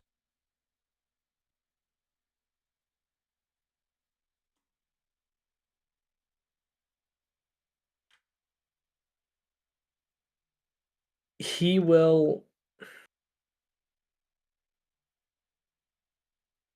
with all of his might throw it across the room, It hits. probably into a wall. You throwing it just like kind of just tossing it away, or you throwing it like you're actually throwing the weapon? With all of his might, like he's throwing the weapon. At a wall? Just away from him. Either at a Like wall, you're trying to out get the rid of it, window, or you're trying to like actually use the weapon for its intended throwing purposes? He's currently he just wants to get it away from him. Okay. But like instinct just tells him throw it like he would throw the weapon. He knows he can get it further that way. You throw it at a wall as hard as you can. The weapon travels flawlessly through the air, but almost as if it knows your intention. It pauses right before it makes contact with the wooden walls of the inn, and it flies right back at you, finding itself resting in the palm of your hand once more.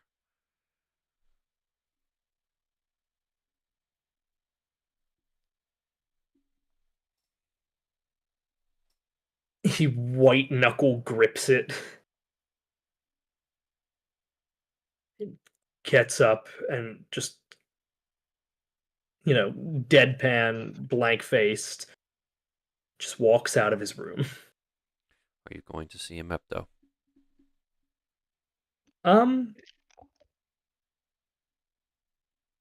Yes. Okay. We'll get back to that. Oryx. You were looking at the site around you. This was not you.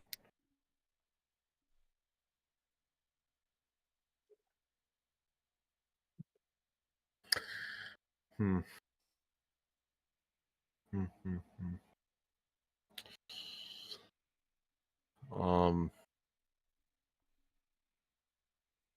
He grips at his chest where his heart is tightly,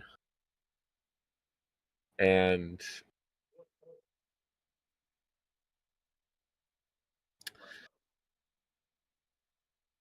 I don't know. His mind is racing. He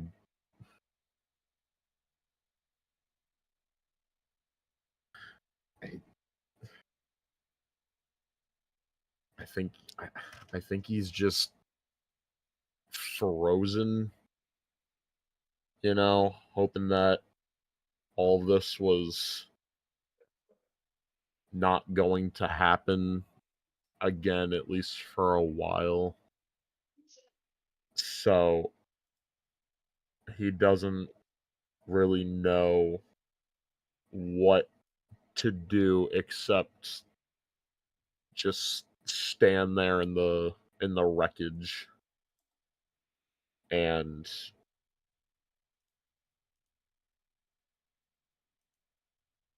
just let all the the negative thoughts that he always has about this just flood in. And I think as it's cascading through his mind, there's just that little glint of light, being that orb that he has gotten that is supposed to contain the power of corruptor cores. And I think that it wouldn't necessarily help him in any way, but he's reaching for just anything at this point, and he's just thinking to himself that maybe I can stop it. Maybe I can contain it once I get my idea out there. So for now, he's just gonna steadily walk away from what I know what you said, but you know, from what he had done. Of course. You're far enough from town to where nobody probably would have heard the trees falling in the night. You don't know how long or when you walked out. There's no signs other than your bloody fists and the. You still feel well rested, but that's a moot point at this stage. I think the first thing that he's gonna do then is when he gets to his room or wherever they may be, he needs to put his wraps on, you know, ASAP so he can hide that. Of course, of course. As you take time putting the kinetic wraps on, you kind of wince in pain a little bit. Nothing's broken, but something's definitely bruised.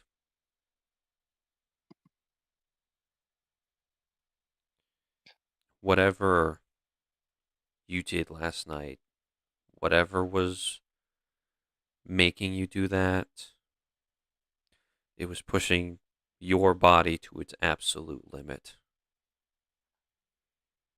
And all while you slept peacefully.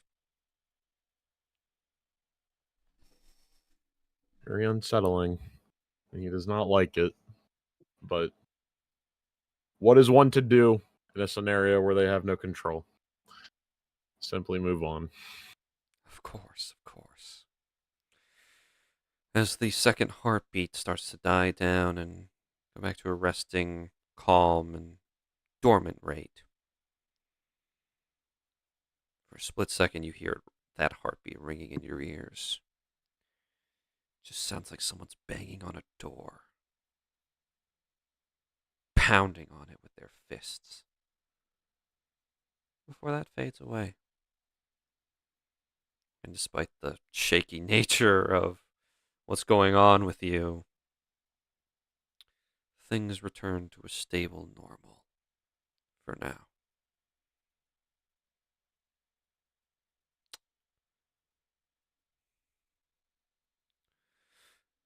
Bo, you're looking over Hanabi. You remember the ominous golden glow that came from it before you drifted off into those dreams, and now there's this weird modification to it. You have no idea what it means or what it could do, but Hanabi has shown you some pretty unsettling things before, but this was the first time where it directly related to people you know and care about.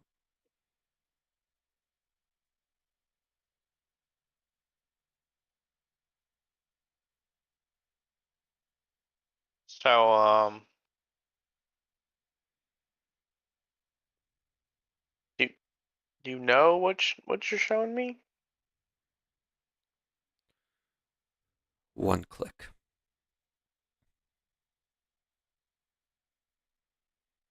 Hmm.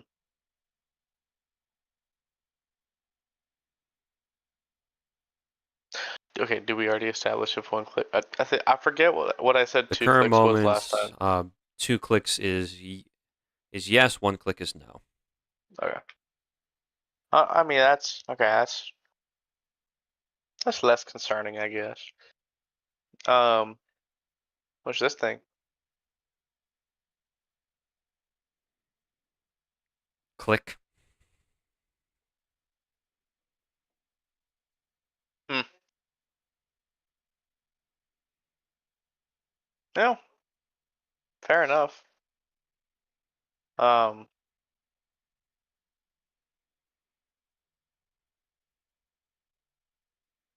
yeah, I'm not gonna sugarcoat it. I saw some messed up stuff from you. I mean, not your fault, but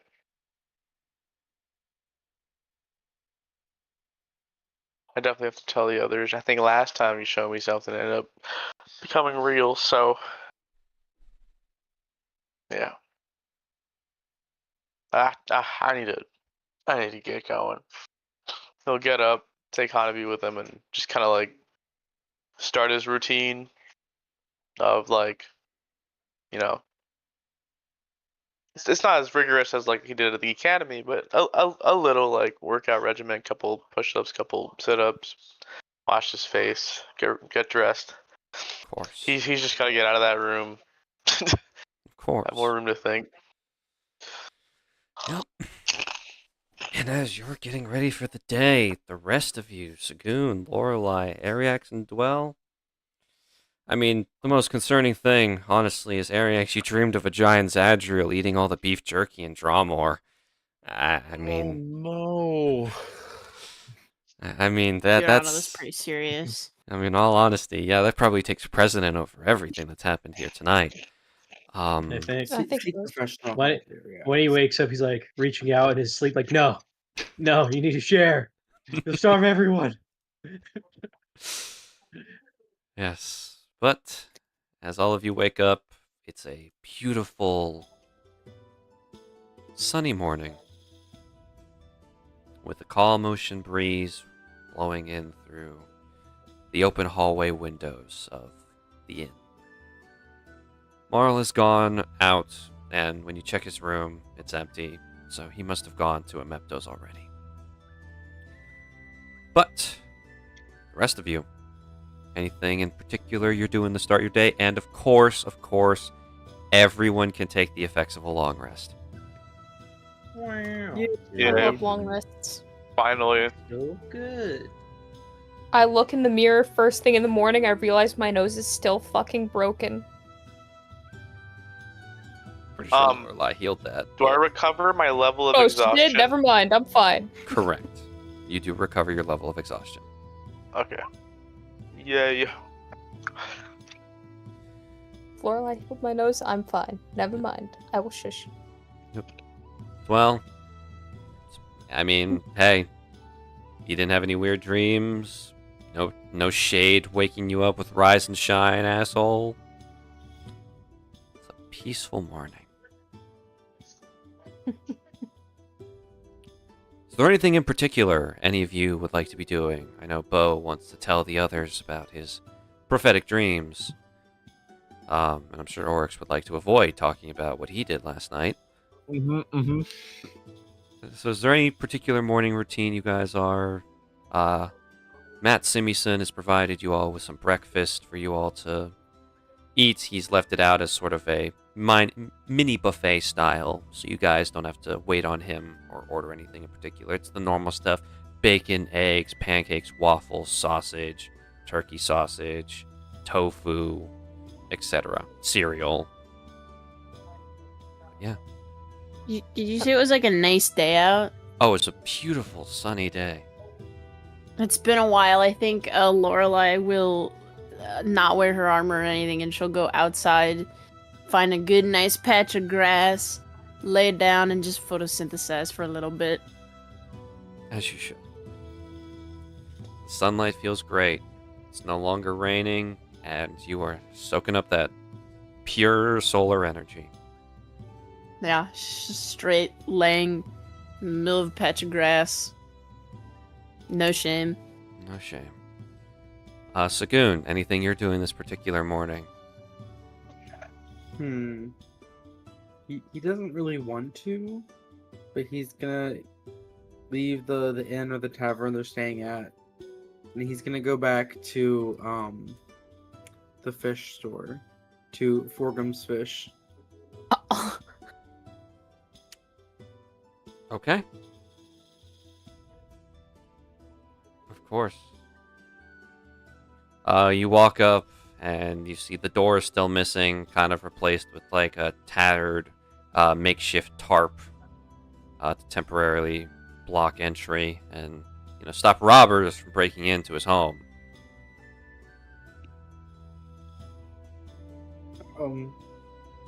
Yeah. Zach, how much would the new door cost?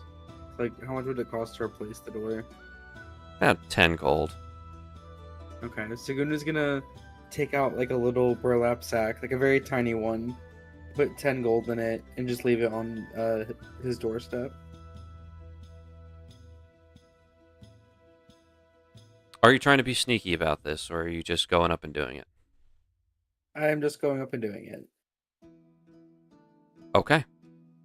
No one stops you. Also, Nothing. You are allowed to put down the sack of money and walk away. yay. Do you return I to don't know the if this inn? would work, Zach. What's Yeah, up? but it just came to me in the vision. Not something I want to do, but just the potential. Could I polymorph Forgum into a door and make him the door? I oh my mean, god. let me double check the state of the ruling of polymorph. It has to be a beast. No. Yeah, I think you Unfortunately, need a true delusional beast. polymorph in order to turn someone into an object. Dang it. Okay. A true polymorph is the same thing, but it's just forever. Ah, No. Oh, wait, I could turn him into a mimic and then make that mimic turn into a door. yeah, man. That's totally something you should do. I'm kidding. Please don't. No, I just leave the money and walk away. Okay. Do you head back to the inn? Hurriedly. Yes. You pass by Lorelei photosynthesizing on the ground. Hi, Lorelei. Oh, morning. How you feeling? Better. I think I don't know, broke my spine or something. No, you training. didn't break. You didn't break your spine. You just pinched a nerve. It'll hurt for a few days, but you'll be okay. Okay. Who got me back from the dojo? That would be me. Oh, thank you. Mm-hmm. Anytime. You want to come Wish soak you up some could. nature with me? Yeah, I need some sun time after being in the ocean for a while. That Yeah, was come- a lot. Come sit. The soil here is soft.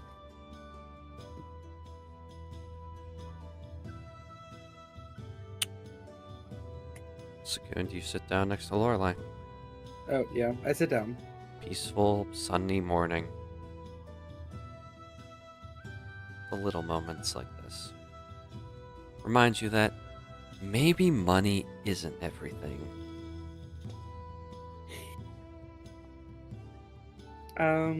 Just I don't know maybe. about that. Just maybe. Bro's like, I wouldn't go that far. Bro I'm gonna heard, use- bro heard a divine thought and was like, no. No. Saghoon uses prestidigitation to make a sensory effect. It's just a very loud, incorrect buzzer. Of course. Of course. Ariax, after your terrible dream, what Wakes up, covered in sweat. Looks around, tries to look for Zadriel. Zadriel is dead asleep on the floor, just kind of like laying on the ground. He's doing the little leg twitch thing that animals do whenever they're dreaming. Is he happy? Oh, he's Or happy. is he mad? You son of a bitch. You'll you'll doom us all. He goes towards Zadriel. He's about to do something. He stops himself. He's like, "It's a dream. It's a dream. It's just a dream. It's a dream." My dreams are getting way more vivid. I'm working too hard. Working way too hard. Okay. Let's see what everyone's doing. And then he'll go downstairs to get some chow, get some food in his belly. Dwell, what are you doing? I think Dwell wakes up very late, lazily grabs a book, goes downstairs. First thing that they do is make obnoxiously sweet tea. There are at have least 5 juice. packs of sugar in that thing. Just Nuh-uh, drink juice. tea. If there's peach flavoring, hell, if there's a peach, Dwell's squeezing that into there. He does. The peach just gets crushed. And now there's peach all over your hand. I hate that sensorily, actually. I'm so sorry. Anyway. But yeah, Ariax Well, is already let's down have a there, drink. and you can see Saghoon and Lorelei sitting outside, soaking up some sunlight. Good morning. Good morning. You. Was that Peach? Yeah, haven't you ever heard of peach tea? I mean, kind of? Never I had mean- peach tea. I mean, I like tea and all, but I've never had peach in it. I guess Nala and climate-wise wouldn't really support peaches. No, I drink a lot of mead, but I do like a good tea. Alright, do you want peach tea? I mean, I'll try some. I guess. I don't. Is it the peach tea, as in the stuff we found in that one town? That's like special. Grumble fruit? Yeah. No, it's a peach. Have you ever had a peach? I'm just double checking because if it's the grumble fruit, I'm terrified what it's gonna taste like as a tea. Why would I call peach tea if it has grumble fruit in it? That's grumble fruit tea. Well, I'm gonna be honest. I wouldn't put it past you. I'm perfectly logical in all situations. Why would this be Sure any you- different? Sure you are, Joel. Sure you are. Alright, maybe I won't make you some peach tea. You're well within your right to do that. Alright. All yours.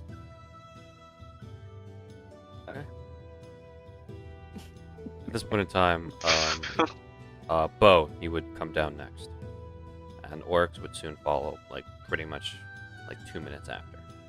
Yeah, I'm assuming you're looking at Bo. You guys are looking at Bo and Oryx come down the stairs, and like they both have like bags under their eyes, like disheveled, like dead, like especially for them because I think they're both pretty like I don't know. I think they're both pretty anal about like their schedule in the morning.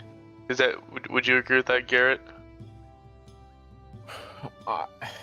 I'll be honest. This time around, Oryx is not trying to show anything. He's honestly just like walking immediately by, and not really saying a lot. Not trying to like draw attention to himself, but he's just walking out. Maybe he'll say like a small good morning underneath his breath, and then just heading outside. Oryx, you see Saghoon and Lorelei just kind of laying there. I mean, where are they? I'm not going up to them. Right, you're not going up to them. Just kind of like they're kind of like off to the side, off the path. But before you get too far, Oryx, Bo's gonna speak up and be like, I hate to ruin the nice morning, but I think I got some visions from Hanabi again, and they're a lot to unpack, and I feel like you guys should know. Alright, you want us to call the others in, or? Yeah. Alright.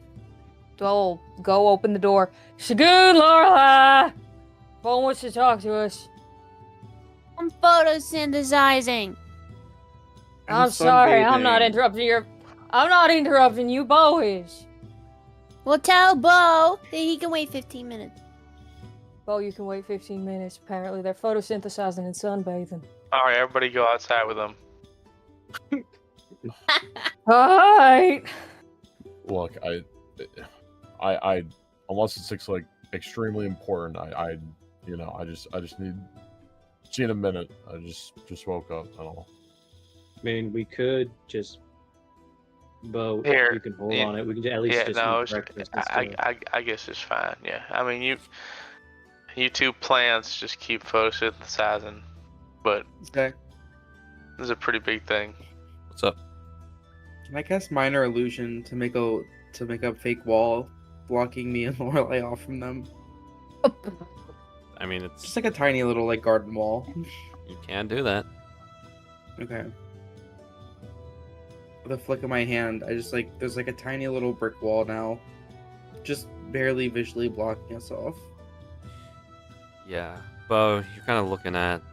You see Lorelei, Oryx, and Dwell, and when you look at Lorelei, can't help but just remember seeing her hanging there dead.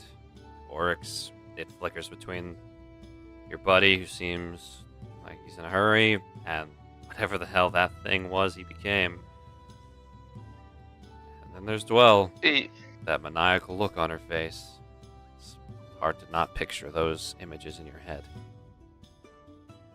Yeah, he'll like kind of like shake his head, like snap out of it, and just start making coffee. Oryx, where are you going? Just for reference. He's just kind of gonna be waiting outside for everyone to be like, quote unquote, ready to do the quest. He's just trying to spend his least amount of downtime right now with everyone as possible. He just needs a day to himself, but he's trying not to act so. He's not trying to act shut off-ish, which is why he's just like hanging around outside the front door. Okay, of course. So then, Marl. Once more, you return to the beaches of Coniston, and Amepto is outside of his shack. He's got a little campfire to stave off the morning chill of the sea breeze. He's drinking something. You don't know if it's alcohol, water, some sort of juice. But it's in one of those giant round bottles. He's just kind of like holding onto like the rope that wraps around the neck of the bottle, and he's just drinking it. He takes a swig every so often. He notices you. He's got a seat saved for you, and across from him, obviously not next to him. But he just kind of regards that you're walking over. He gives you a nod. Oh, does the seat have a back to it? Yes, it's like a beach chair. Okay. I'll just silently walk over, silently Riker maneuver, and sit down. Alright. Seems like you're not doing as good as you should have for a good night's rest.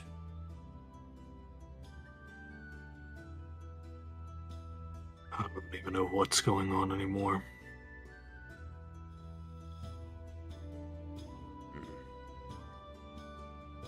So,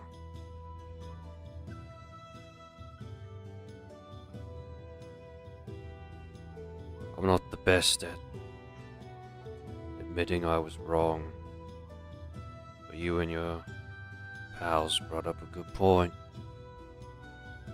Shouldn't blame you for what your ancestor did, especially since you fought tooth and nail to save this town and your friends. You're clearly not him.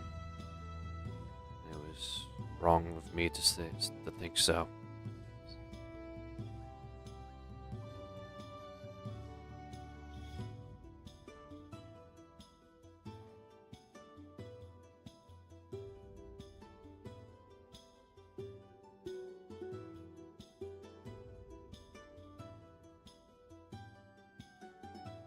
Things went wrong down there. I don't know how long we just pushed it back. He's dead. My ancestor. And I hate that I have to say that. I had to... But he was a son of a bitch anyways. That I can agree with you on now, but...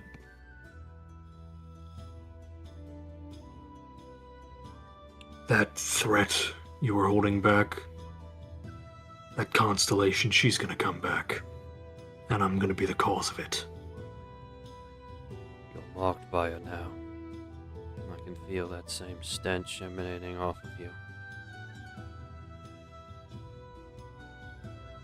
He holds up the harpoon now.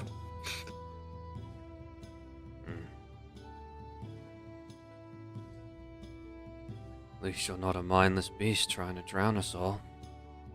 Silver lining. Stuck to We'll see how long it. Stayed you. And just give up like your ancestor did. We'll see how long my stubbornness holds out, huh?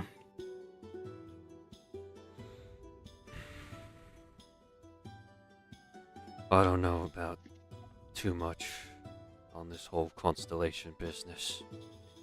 I hate them. I know they're bad. I'm out of the circumstance. But we're tied into it now. And I know a group and someone who has done research into their kind. One of them I knew from a more concrete standpoint. The other I know about through simple rumors. It's clear she didn't mention it to you, but your wife was a leading expert on the subject. If anyone knows how to free you, it's her.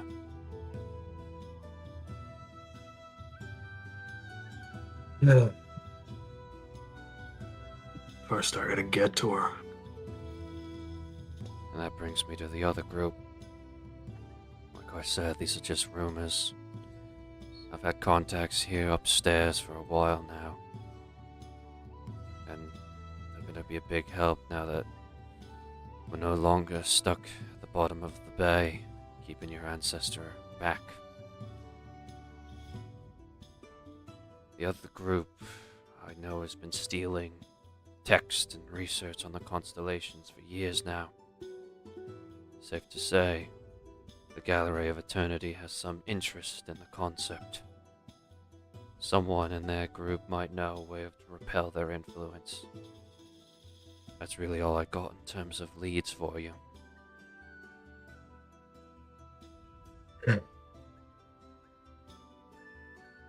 I can add them to the leads I already have. Thank Good. you. Kedrick stopped by. Mentioned you would like some advice on the whole weapon aura nonsense.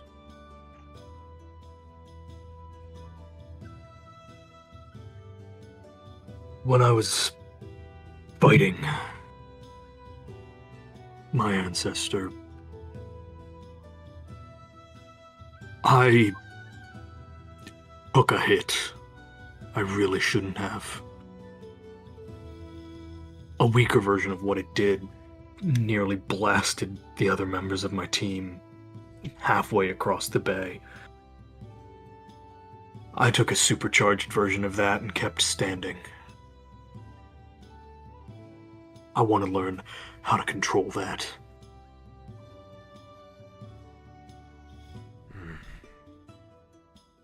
Weapon aura is simple at first, especially for bulwark users. Unlike emitters and aggressors, we don't have to hold on to the energy. It's not a requirement. My best advice, at least the way I learned it, imagine a current of water surging within you. Then when you're about to get hit, let that current burst out in all directions, pushing back the attack. It's the basic shit. More complicated, that's what you should probably be worried about. There's ways to manipulate that current. Weapon aura changes shape depending on what its user wants.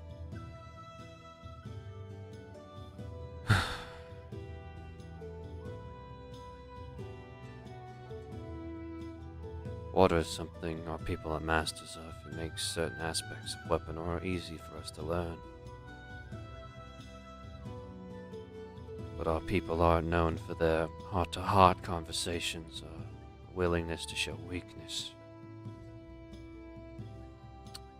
We wear our hearts on our skin. Sure, we honor the lost. A weapon aura requires that a user always has their heart in it. It's not enough to just show to respect. Everything you have has to be what you're made of.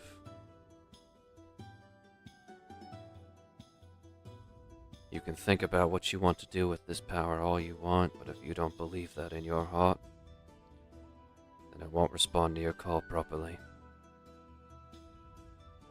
Proper advice is make sure you know where your heart is at, and set it on the path you choose, before you let it wander down into some pit you can't crawl out of. The flowing of energy will come naturally.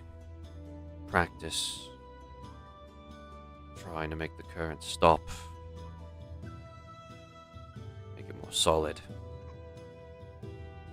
You'll figure that out with time. I'd be able to only teach you a couple skills, at least get you on the right path, but everything comes with experience. Just don't let it drop you when you get hit, and keep going. Makes sense?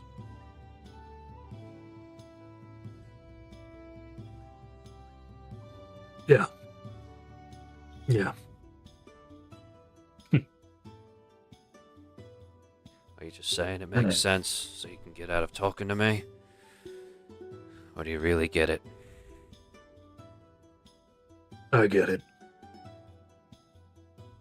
Good. Even though the history I was taught of my clan was wrong, it doesn't mean the lessons I was taught was wrong. Strength through protection.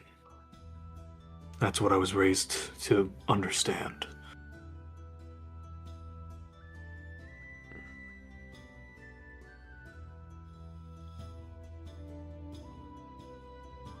That's all I had to say. Henry's got his reward for you for this mission, and I know you guys got another one this afternoon, or as soon as possible. I don't handle the farming aspects. Better with fish.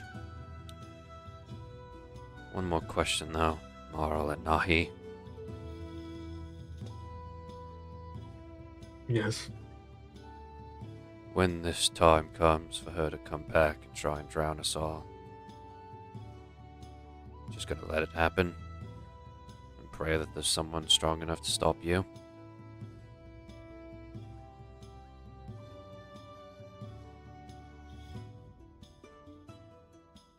I was dragged into her realm and was practically useless, and I still tried to fight her.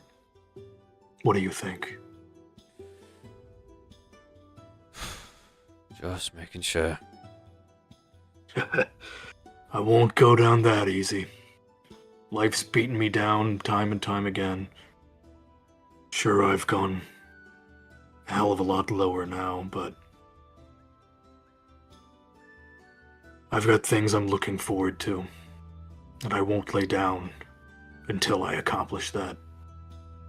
You have my word, as the chieftain of my clan, to another. There's that nonsense about chieftains and all that crap again. Keep that shit to yourself.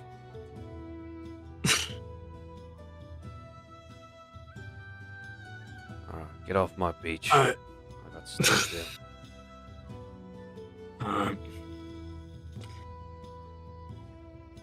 You'll understand it someday.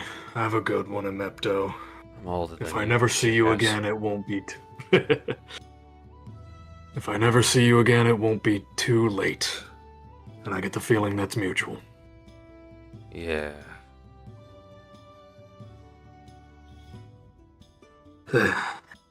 And I will stand up and walk away. Doesn't take you long to get back to the end with the others. And you come to the site of Oryx standing outside waiting for everybody. Lorelei and Saghoon's 15 minutes are about 1 minute from being up.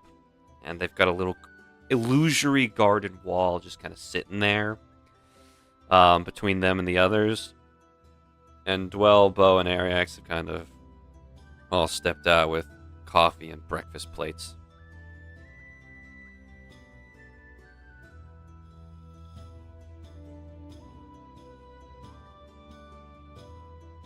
Do I even want to know?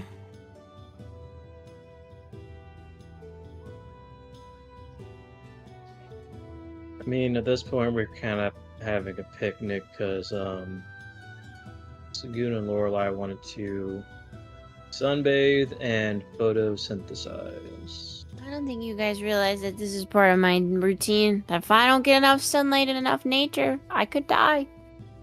I mean, I'm she's not- part tree. I'm not trying to talk She down. is a I'm tree. I mean, stating a point. I'm a tree. The tree. Somebody said. Mm-hmm. The only tree in the balcony. Yeah.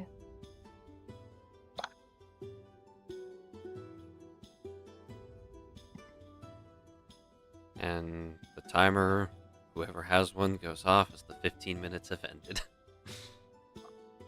Alright, 15 minutes is up. Jesus, I was almost asleep. That's so rude. Why would you yell? It's pretty rude to put up a barrier between us so that y'all can't see us. I didn't do it. wasn't me. Alright, Saghoon. Sure it wasn't. What are we talking about? I'm awake. I'm up. Yeah, is everyone back? Everyone's here. Right. Come inside and I'll start.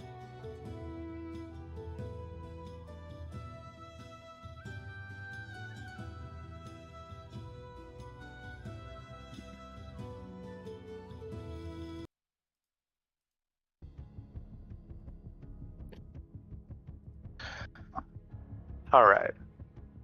Yeah, Bo takes a deep breath. He's typically a go-lucky guy, you know, but you see his like whole demeanor kind of change.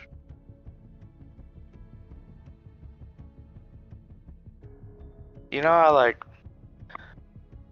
I've talked about how Hanabi is like, I mean I didn't know at the time, but I had like these weird visions of like, you know, perfumer guy, and then he's gonna get attacked, and then lo and behold he gets attacked.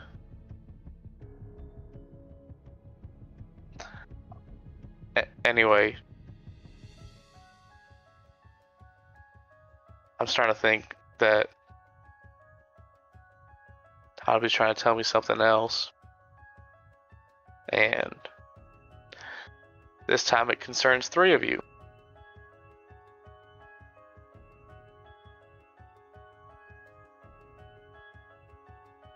I then go on to describe each of the dreams. And with the understanding that I think this is going to happen if we don't do something about it.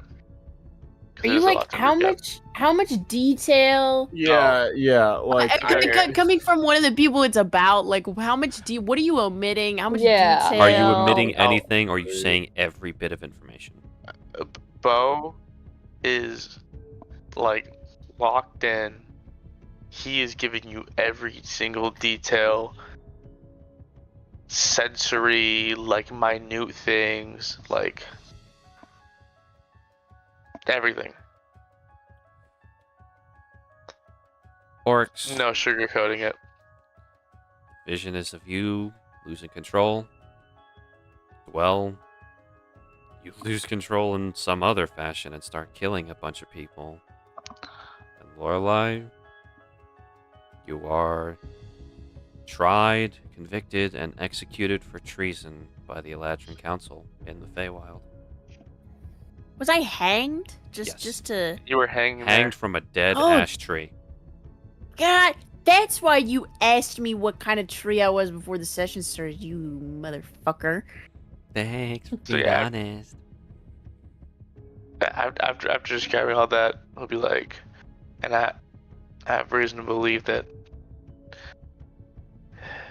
this is a very real future that could occur if we don't do anything.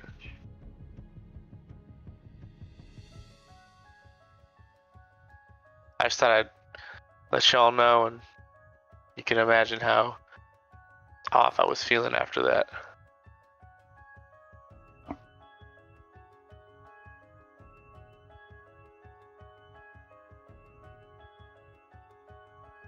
Well, under what circumstances would any of these things come to pass? It wouldn't. It's Exactly. not. There's I don't know what I nothing could- that we've done that would lead to any of this.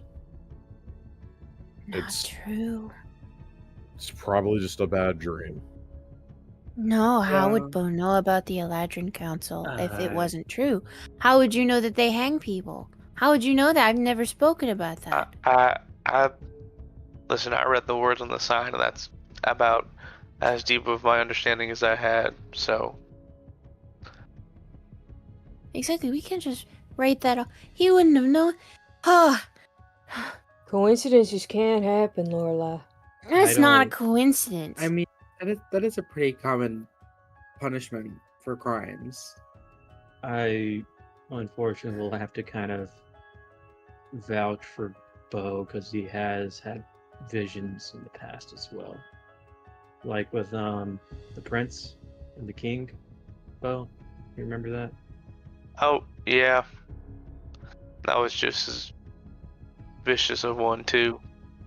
And it's All right. Well, maybe it was just a fluke, because that's just not gonna happen. I mean, You're really just gonna write this off? Fate Yeah, is what we because I'm make of fine. it. well, if it helps everybody, if it is visions of the future, it's an event that hasn't happened yet, so it's. I That's think what I'm it's safe saying. to It's say that it's stoppable. This is Yeah. not. We're not locked into Concrete. this, but this serves more of a warning. Nothing to be warned of. I'm perfectly fucking fine. Can I roll insight? In this case, Oryx, I'm assuming you're not perfectly fucking fine. What he believes, or wants to believe. You can roll me persuasion, and Bo, you can roll insight against it. Not one. Damn. Do you want to use your Sorry, lucky I'm coin? rolling. Well, if Oryx really doesn't want to, if he really doesn't want to share it, he doesn't have to, I guess. No, and I will not. Please make sure. Yep. Will not. Uh, He seems agitated, but he seems fine. I mean, he seems to believe what he's saying.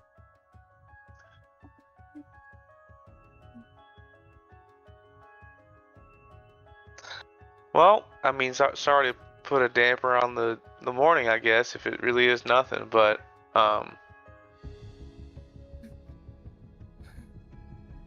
anyway, I guess we should do what we gotta do before we leave. I need I will be back. I need air. Sorry.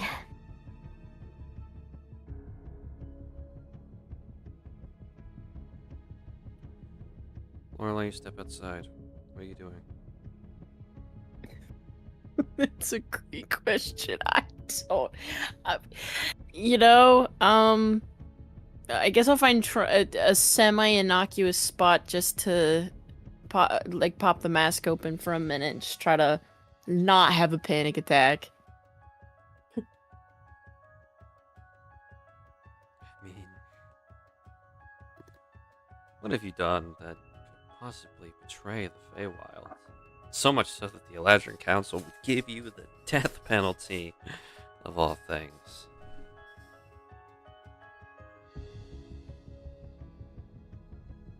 Well, I can think of a few things. Can you? I mean, right now, you're, as far as you're aware, you're one of the Wild Mother's champions, they wouldn't just execute you. Right? Right, but I am here. And I know what I am. Mm-hmm. Oh, don't me.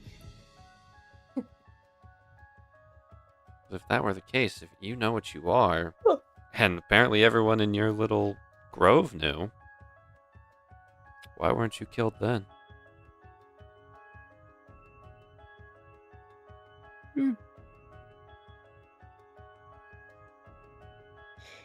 Yeah, that's that's a good question. Maybe I'll go for a walk. Maybe I'll go for a little wander.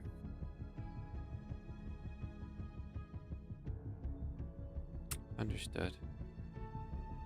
Are you staying in the town, or are you going out of the town?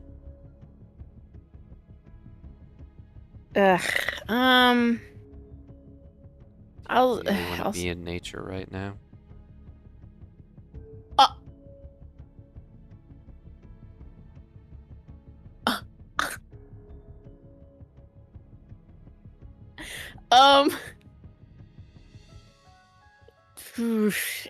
maybe I'll stay in town. Understandable.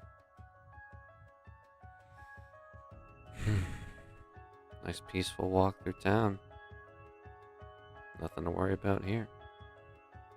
And as Lorelei walks off, and as their foreboding weight of Bo's totally not prophetic dreams, totally just pure coincidence, right?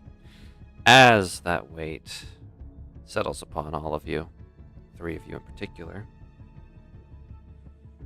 that is where we're going to end tonight's session. You. Thank you all for watching. I hope everybody had a wonderful time. Thank you for our lovely viewers. And thank you to my lovely players for being here tonight. We'll see you all in 2 weeks Zachariah, when for I catch you, Zachariah. session 57 of Adventures of Avacia, Heavenless Sky. Please share, like, and subscribe. And just tell everybody to pop in Friday nights if they're not doing anything, and just listen in podcast style if you so desire.